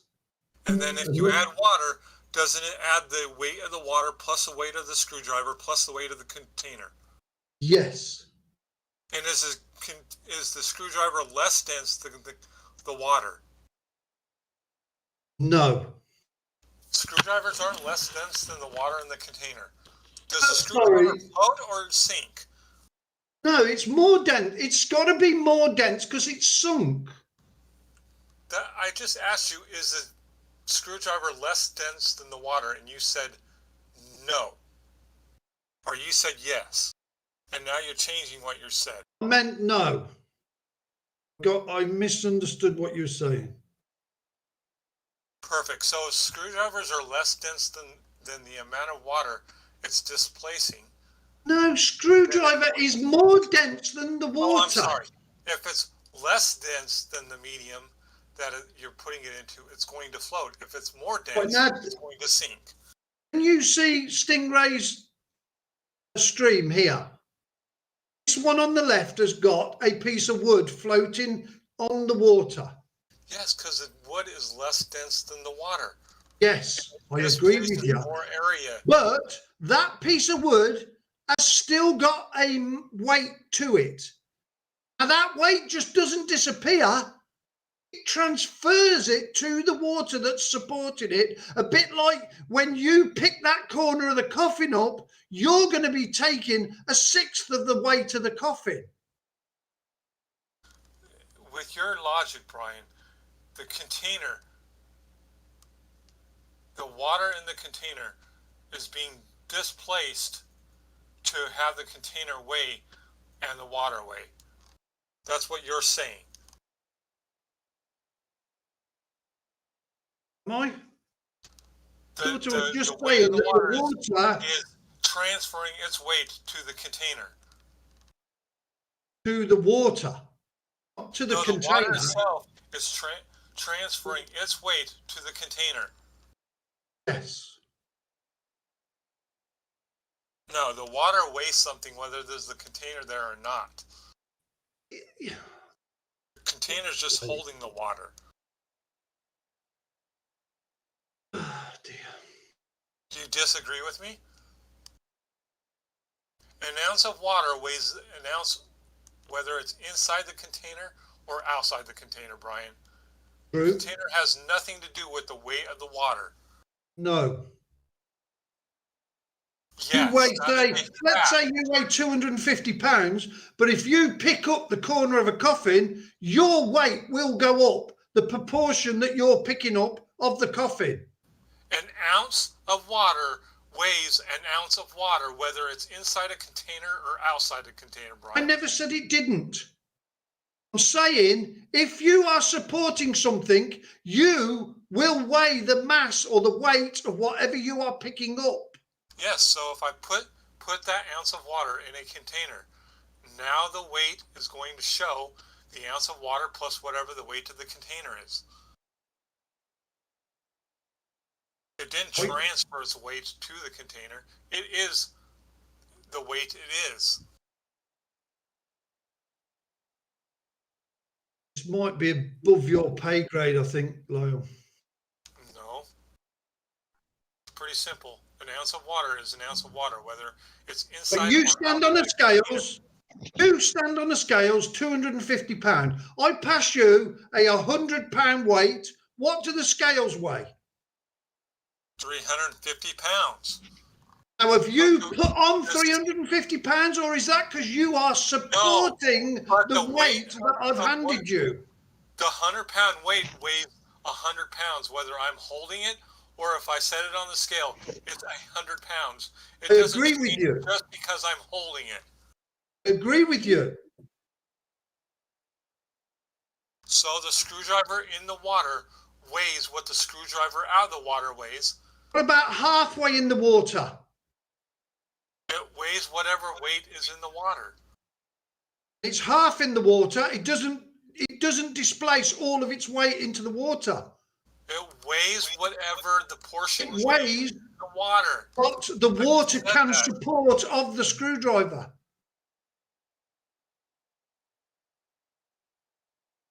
No. Yes, it does. It's representing the word support. Because the deeper it goes in, the more and more the weight increases. Can I ask something? Just clarification. Yeah, I didn't see the demonstration that you show with the screwdriver. Did you just suspend it in the water but didn't leave it to go to the bottom? Yes. So I was holding some of the weight of the screwdriver. A proportion of its weight was being held by the greater, denser medium of water. It was showing on the scales of a transfer of that screwdriver's weight through the water at 30 or 40 grams, where the actual screwdriver weighed 70 grams. It wasn't until I rested the screwdriver on the bottom where the whole weight of the screwdriver was shown on the scales. Yes. Okay, so yeah, I just want to say something quick. 17 grams. You'll have to be quick to get in. Yeah, so okay, so the scale doesn't see the water, doesn't see the screwdriver. The scale is only in contact with the beaker. And the beaker, the bottom of the beaker, it has a pressure from the water level multiplied by the area of the bottom. Yep. And when you put the screwdriver in, the water level increase, the pressure increase. That's all it is. That's all I wanted to say. I agree with you. Yeah. And it's supporting a proportion of the weight of the screwdriver, correct? Yeah. Thank you. The weight of the screwdriver is 17 ounces. When you put it on the scale itself is supporting the weight of the screwdriver. And The displaced water. Sure. No, I'm just talking about putting We haven't put any more water in there, have we? All we've done is lowered a screwdriver into the water, and we see an increase on the scales of up to 40 grams of weight. Now, the water cannot increase its weight just by having a screwdriver left into it unless it's supporting some of the weight of the screwdriver. Brian, if you take the container of water off the scale, put the screwdriver on the scale, and it weighs 20 grams or whatever it weighs, the scale is supporting the weight of the stinking screwdriver. So, in the same sense, the bottom, you put that screwdriver in there, the scale is still supporting the weight. It's just inside the container. The water itself is not supporting the weight. That's why it sank. What about when I hold it in the middle of the water and it shows an increase? It shows an increase. Supporting the water supporting is like the one on the middle water with the one that StingRay's showing has the thing floating on the top, that is the water supporting the block of wood. Yes. You holding something in a halfway into a container is not the water supporting it. You're supporting it. Water's How come if I'm supporting it, how come it shows up on the scales as an increase of 40 grams? Brian, are you holding it? I was holding it. Perfect. I was holding it because I never. The water didn't. It would sink. Brian, just really quickly, I'm going to answer your question really quickly. Really quick answer. How does it increase? It's because of displacement. If you put a line on the water and you dip something in, that goes up. Thus, the volume of what you've displaced is what you're looking for. But it's irrelevant to the is there such a thing as density disequilibrium to produce a force of why things fall? All of what you're saying is irrelevant. That's what my example is. You're just measuring buoyancy requiring gravity. As you guys are speaking, I'm listening in the background, but I'm drawing this problem that we got going on. I'm just drawing it in real time. So I'm almost done. I'll share it with you. Jose, what's your feelings on it? Well, if we got a scale, we got a container with water, we got eggs, and we got screwdrivers. That's gonna be ludicrous, like the whole thing. I'm just drawing it, and just better show it to you visually. So just give me 2 minutes. I'm almost done. It doesn't matter what we use. Brian, it's all about this that I've got on screen right now, and this perfectly demonstrates why the density difference in mediums has nothing to do with why they fall. And here we have a uniform object, a glass ball, with a gas in it, with a marble in the middle, and you're going to say it's going to fall down. And the amount of matter, the amount of density, the amount of distance is the same all around, yet you're still going to choose down, which means somehow, external to what is on screen, there is an outside element, meaning it's going to go down. Fucking bonkers. You are bonkers, you're correct. This is as much fun as you lot saying a straight line fucking bends. Absolutely fucking mental. There's something even more fun, Brian, and it's trying to get a sun to work anywhere on a flat Earth. It's fucking hilarious. Utterly hilarious. It is hilarious because they won't even accept it if you could get it to work.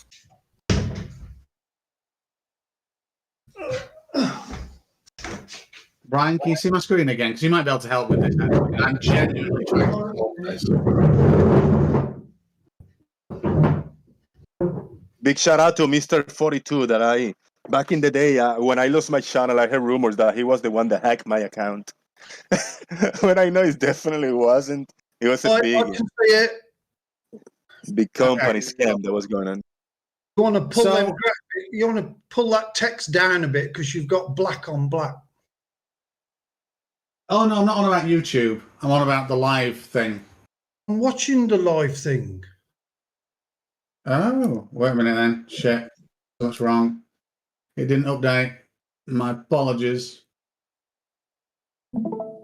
How's that? I don't know. It's got square boxes going round in a circle now. Yeah, wait a minute.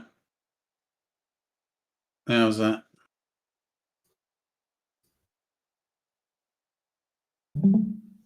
Let me drop We out. all right? I'll drop out. The problem with this is to place Europe. that's acting as a sun on there. That is a physical entity on that map, and flat earthers don't believe the sun is a physical entity.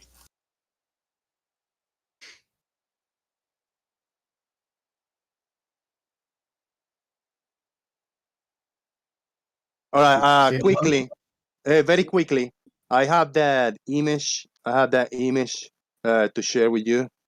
guys, and that I just drew the problem that we have. Now we can move on and do this. Just give me 1 second. Let me share it for YouTube and then for you. Just give me 5 seconds and I'll interrupt you in a second. I want it.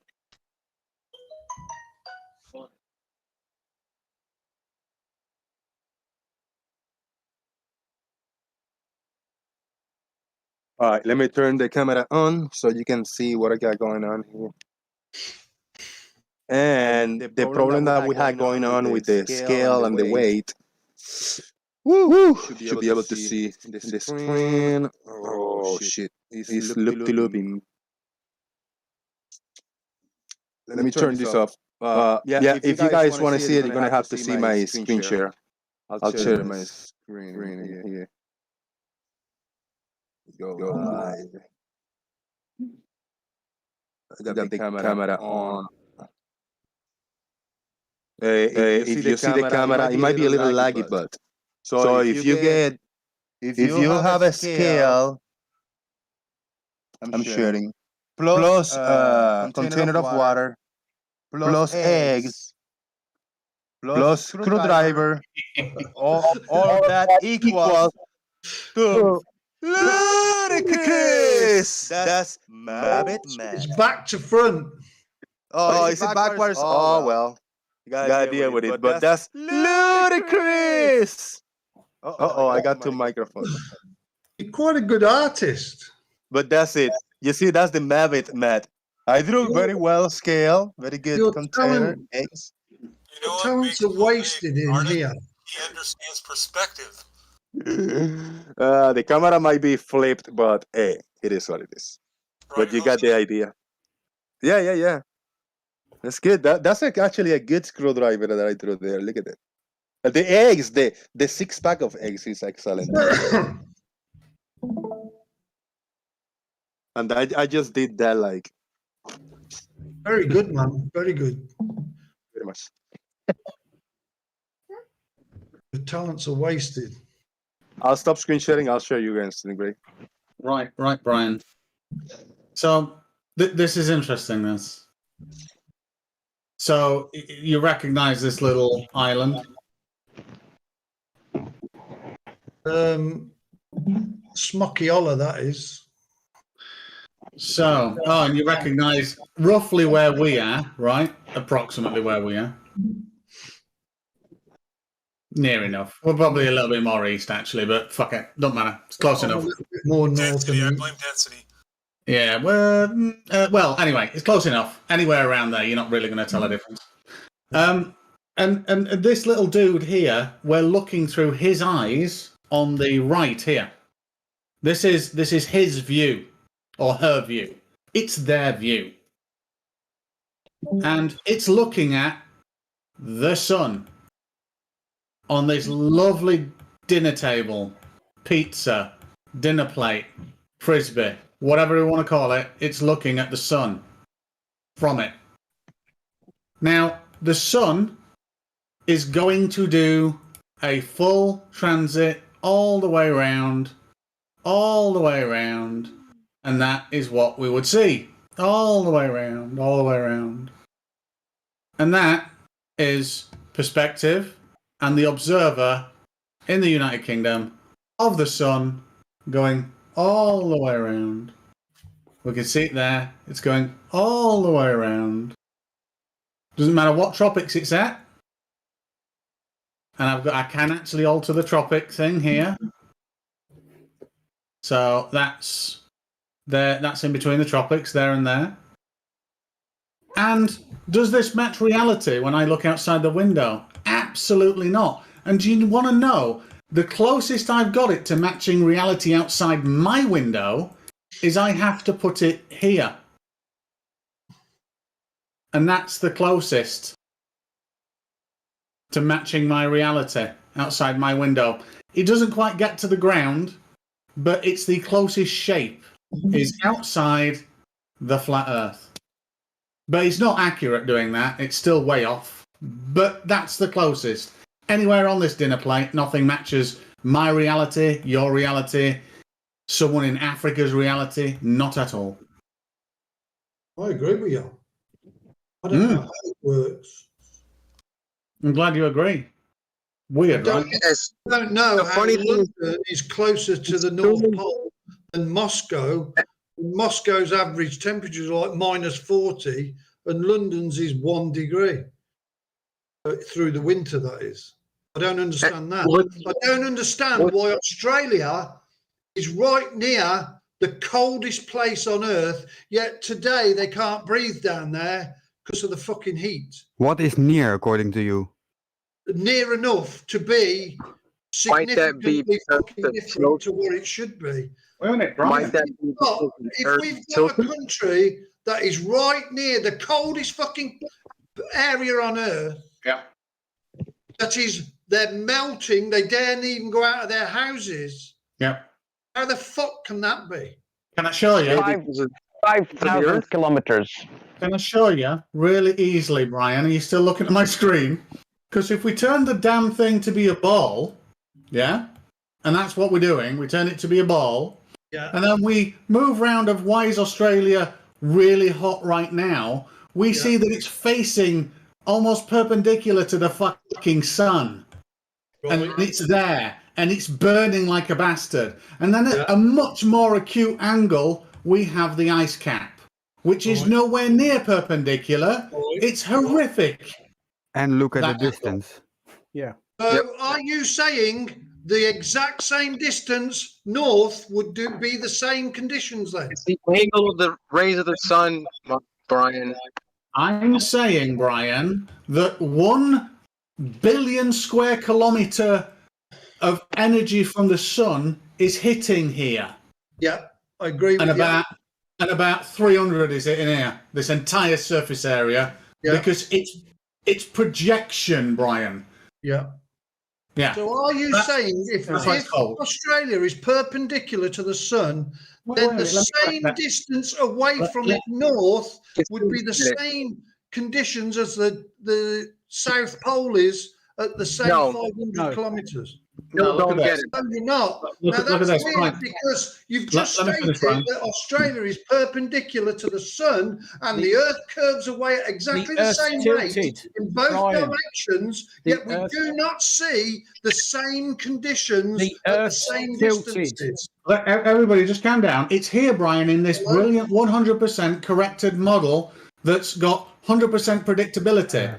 Right now, we're looking at Australia. We see almost a 90-degree angle. At some point in Australia, it's straight up. Right now, at this moment, correct? Yeah. In our model. Now, up here, what is it? What have you got a problem with at the moment when this beautiful planet's rotating? Turn it round to show Australia again. Yeah, it's here. No, as you were ahead up right. So you said Australia is basically perpendicular to the sun. Yeah, well, 8 point in Australia is, not the entire continent. Yeah, well, let's just say a midpoint is perpendicular. The South Pole is, what did somebody say, 500 kilometres away? 5,000. 5,000 kilometres away.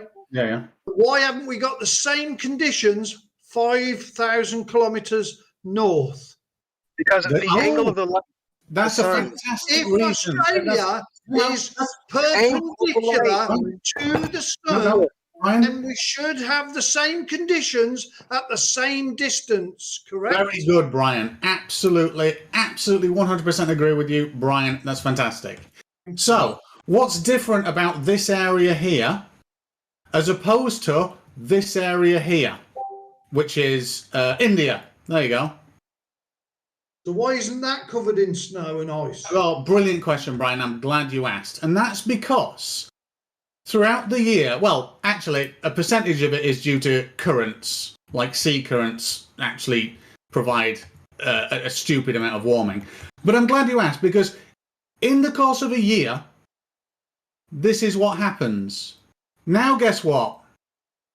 We in the United Kingdom have summer. And guess what? Guess what India has? Perpendicular to the sun. Look at that. But guess what wasn't ever perpendicular to the sun? The Arctic poles. Never. So this model predicts that exactly. Amazing, huh? India, perpendicular. That wasn't an attempt at an Indian accent. It wasn't meant to be derogatory. Just saying. Yes, it was. No, it wasn't. I realised when I did it, it sounded a bit like that, but it wasn't. I just got up on you crackling your voice like, ah. It pays to be a model. Even though you don't agree with the model, you have to at least pay attention when we're trying to explain things. You don't just go back on what you were just saying about, oh, it's only 5,000 kilometers away and it gets different weather patterns. It's the angle the light travel, how the angle hits the atmosphere. So if it hits at a specific angle, most of the energy is going to bounce off the atmosphere. Hold on a minute. StingRay just said that Australia is perpendicular to the sun, so surely 5,000 kilometers north and 5,000 kilometers south would get the same It's rate. at a different angle. It's at a different angle.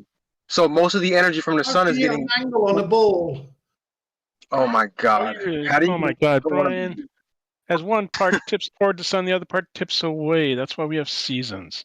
Think of the sun is perpendicular to Australia, then 5,000 kilometers perpendicular to England. should have the same amount of sun, wouldn't it? Brian, hold on 1 second. Think of billiards, like pool. When you hit the ball straight on to the side, it bounces straight back at you, right? But if you change your angle, it's gonna bounce away at a different angle. Do you agree? Yes, I agree. Yeah. That's how you get an angle off a curved surface. Brian, your question is Brian, your question. I'm going to answer it right now. Are you looking at my screen? You're going to come up with some other nonsense. No. Brian, are you looking at my screen? Yes or no? Yes. Yes. Right. Okay. So what we got here is we have got sunlight. This black block. We're going to have to say it's sunlight. I'm not going to texture it or anything. Now, what we can do is we can see that this black block, in fact, I'll change it to be a square. So wait right there. Let's just get rid of that and then all of these. So right now, this shadow represents, let's say, one block of energy, right? One block of energy. And we can see the shadow on the planet, right?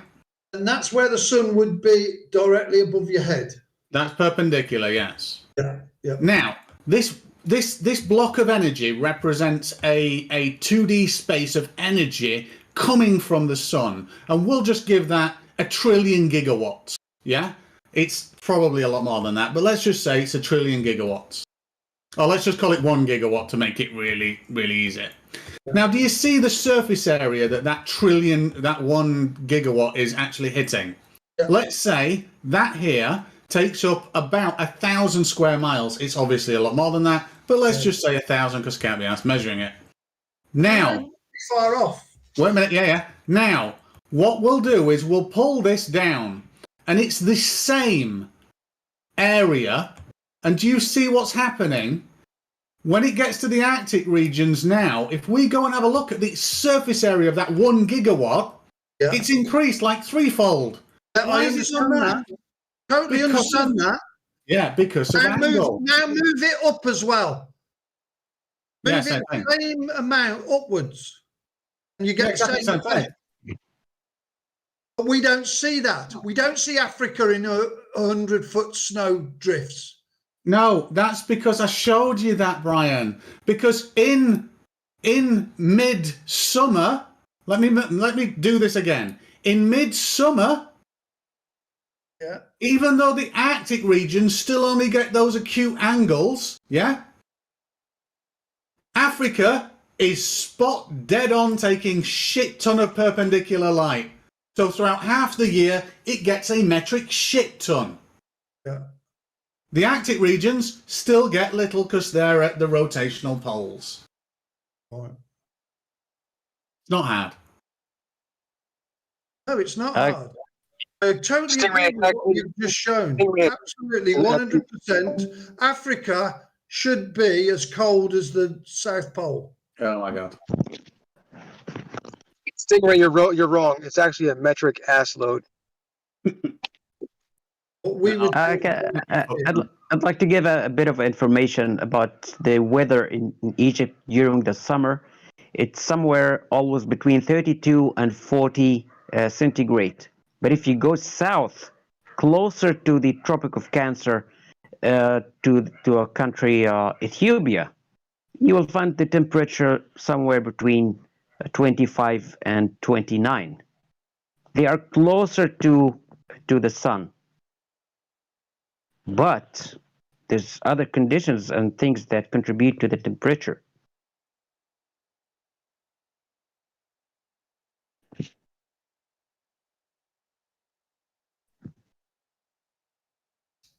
Well, we've debunked that one. Next. When we get the next orange shelf, I'll believe you. Yeah. Next is we got 10 more minutes for you guys to talk among yourself and wrap it up and claim victories, and then we'll do a final thoughts round. I'd like, if there's a time, to play a video that I posted. It's only 2 minutes. I made a video just to make people think and help me with ideas. I think I can do that. Where do you post it? Can you post it in the Daily Boom? Oh, yeah, I see. Fluid mechanics? Yes. All right, let me open it, set it up, and then I'll share screen. Yes, thank you. You're gonna love it, Brian. All right, who is crackling mic a little bit? Oops. All right, screen share. I'm gonna screen share this right here. Go live. You should be able to see. Start clicking on the screen. I'm gonna share it in the main YouTube PC, and I'll hit play in 5 seconds.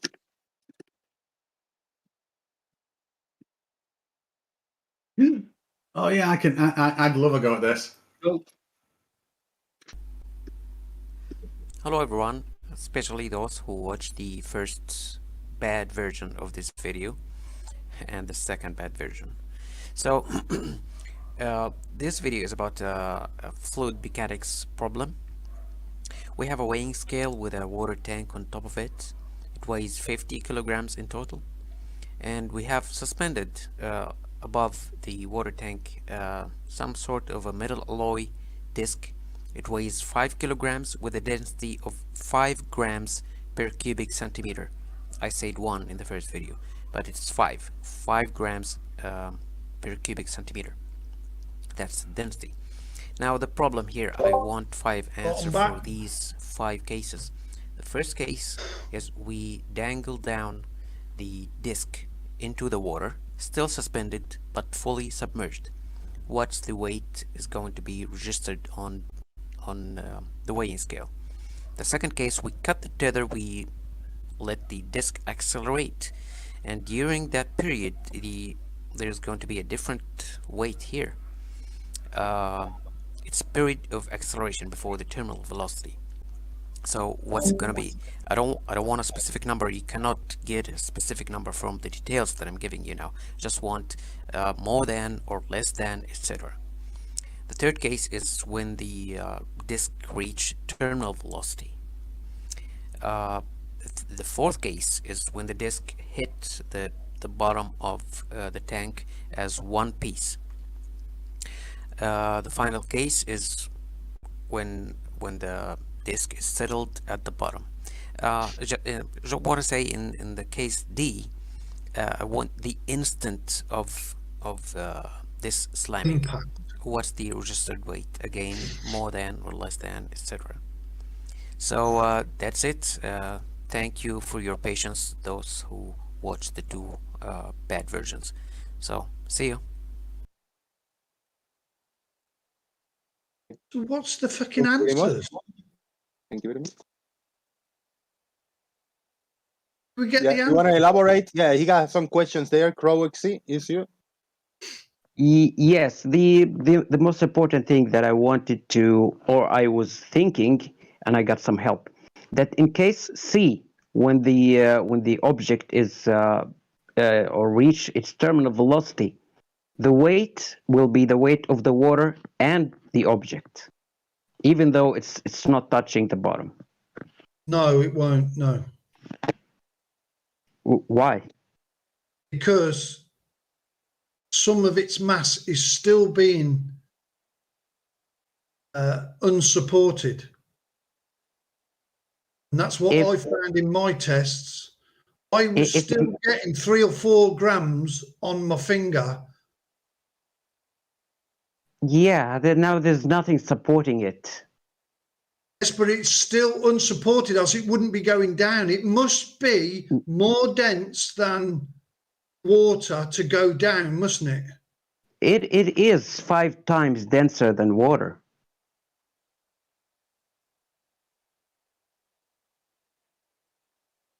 I don't know. I've never done the test. Have you done this? Because this is basically what I was trying to show.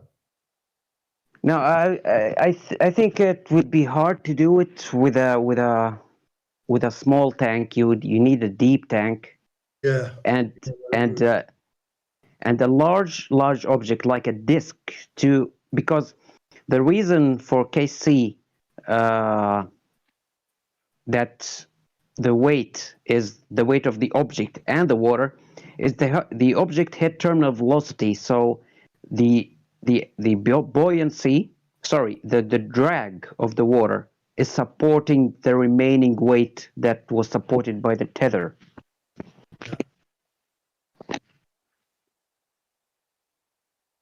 In that scenario as well, I would imagine you will get water has got to go, higher volume of water has got to go past the sides of the object and the container. Yeah, you need a high walls. Yeah, you might get some compressing there as the volume of water that's trying to go past the sides of it, being contained between the object and the sides of the container, would get compressed. Yes, I think that would expedite the terminal velocity period. Yeah. So instead of reaching terminal velocity in 3 seconds, it will be in 1 second, something like that. So I would say E would weigh 55 grams. Yep. So yeah. D, is this an impact? Because obviously impact. I would say that would weigh a proportion over that. Maybe a kilo over that. Yeah, it depends. Yeah. Because you've got the thing traveling, so there's going to be a kinetic weight as well, isn't there? Yeah, technically, someone said it was science it out. I don't know if he's here or not. He said that it would weigh infinity for 0 second. Infinity. So, is infinity a measurement? It's there's no 0 second. The impact should take some time. Well, let's say we see if there's no hydraulic in, if the container's big enough that it doesn't cause hydraulic in and the fluid can go past the object, I would say, from what I've done, probably about maybe 20% of the weight of the disc would be unsupported. So it would weigh, what's 20% of 5? 1 kilo. So I would say that would weigh in the region of 54 kilos. Which case? In C. No, C would be 55. Why would it? Because now. So it must have some disequilibrium. Okay, it's going down due its weight. It accelerates because it's heavier than the medium. But then the buoyancy force works against that weight, and when they are equal, The so scale that won't measure that weight until it comes in contact with the bottom of the container. Well, you're wrong, Brian. Well, I've just proved that. I've just done exactly that. You've not cut it. No, you had it suspended. In free fall, Yeah, Brian. it's suspended. Doesn't matter whether it's falling. If it's falling, Yeah, it's it does falling matter. because it's got a disequilibrium. no, So it's you're got to supporting. be. You were supporting part of its weight. In case C, there's nothing supporting its weight except the water and the drag of the water. Yeah, I mean, you can't, not knowing the dimensions of the thing, and you'll never be able to work the drag factor out, would you? You'd have to No, just we'll give even if it it was a huge basin. Yeah, but isn't the key there? Doing it with a weight like this is a bit ridiculous because of you'd have weird vortices forming and it'd just become unstable and it'd probably start oscillating. You'd want to do it with like a ball shape, not to trigger anyone. And then the second thing, the important thing about C is terminal velocity. Terminal velocity. That's the important thing there in this example, and that's why it would read 55. I don't think Power boy here. I might be wrong. If you can try it, that would be very nice of you. We do a test, do you think? I didn't do it, but I've been having conversation with Science It Out, Walter Bislin, and Megahertz. I can't remember his name, and we all came to the same conclusion that in case C will have the full weight of the disk registered with the water weight. Personally, I don't think it will, because for it to be in disequilibrium, the water is not supporting the whole mass of the weight. No, supporting a portion of it, but not all of it. It would be in equilibrium. No, it wouldn't, else it'd be floating. No, equilibrium is just like things settle down. So the acceleration settle down. If it's in disequilibrium, as I understand it.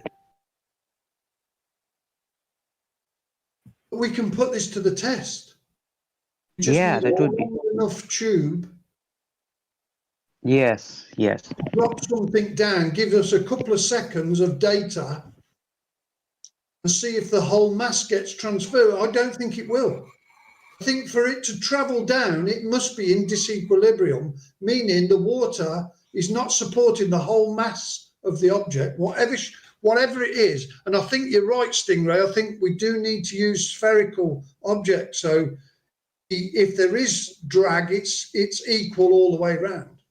Think about it, guys, and then we'll come back another day and see if we are right to any conclusions or we can do something better, because we're gonna do some final thoughts. I gotta get out of here. We don't need to see this thing falling, do we? We just need to know it is falling. Brian, you're talking now, so give us your final thoughts, Brian. Go ahead. Final thoughts for the live show. You guys can stay, but I gotta wrap up the YouTube show, so let's do a quick wrap up here. I think it was a very pleasant show. We hit the 500 subscribers, didn't we? Yes, we did. Yep, very good. That was the target, and you only had to get 2 more. So, and I think we've all learned something tonight, including StingRay. Yeah, it was fun. It was fun. Thank you for coming, man. Crow XC, final thoughts. Congratulations for 500. You surpassed me. Woohoo! Thank you. Thank you, man. Thank you for bringing the video too. What did I skip? The StingRay. StingRay, final thoughts. Yeah, good show. Congratulations for making it halfway to where you need to be. Yeah. And no, have I learned something? I thought that. Go ahead. Oh, I was going to say, I've learned more about Brian. I've not really increased my knowledge on anything else.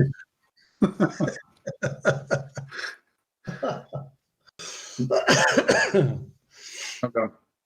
All right. Thank you very much. I appreciate your support, brother. I really do. Mr. 42, final thoughts. Yo.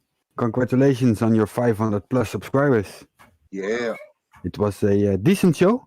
I mean, the conversations were decent. And very fun, relaxed today. So, and I appreciate that.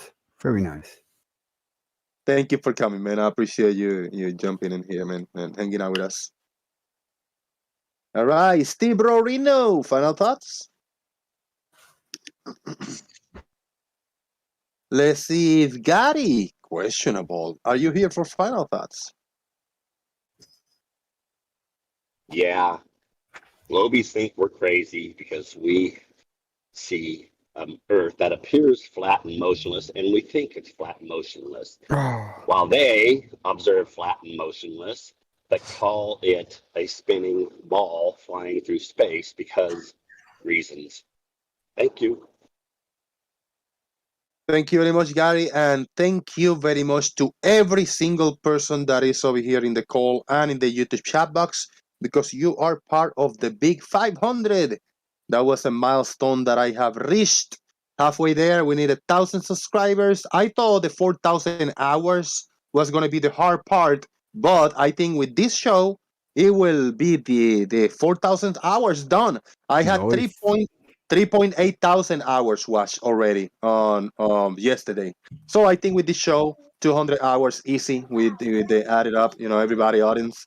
So I think we have reached the 4,000 hours. We just need to push a little more. I'm gonna see if I can just kind of hustle around and go to some big channel to see if I can get a shout out and get 10 or 15 extra subscribers. Hopefully March 15 is my birthday, and hopefully by my birthday we get the 1,000 subscribers. First, it was the 500. I wanted 500 by March 15, but we have accomplished that. So I think by March 15, we might be able to get to 1,000 subscribers. We shall see. I thank you very much, everybody, for the PayPal donations. Thank you very much for liking the video. Thank you for watching. Thank you for hanging out with us. And we'll be back another day, hopefully tomorrow, with another boom. Jose JG out. Peace.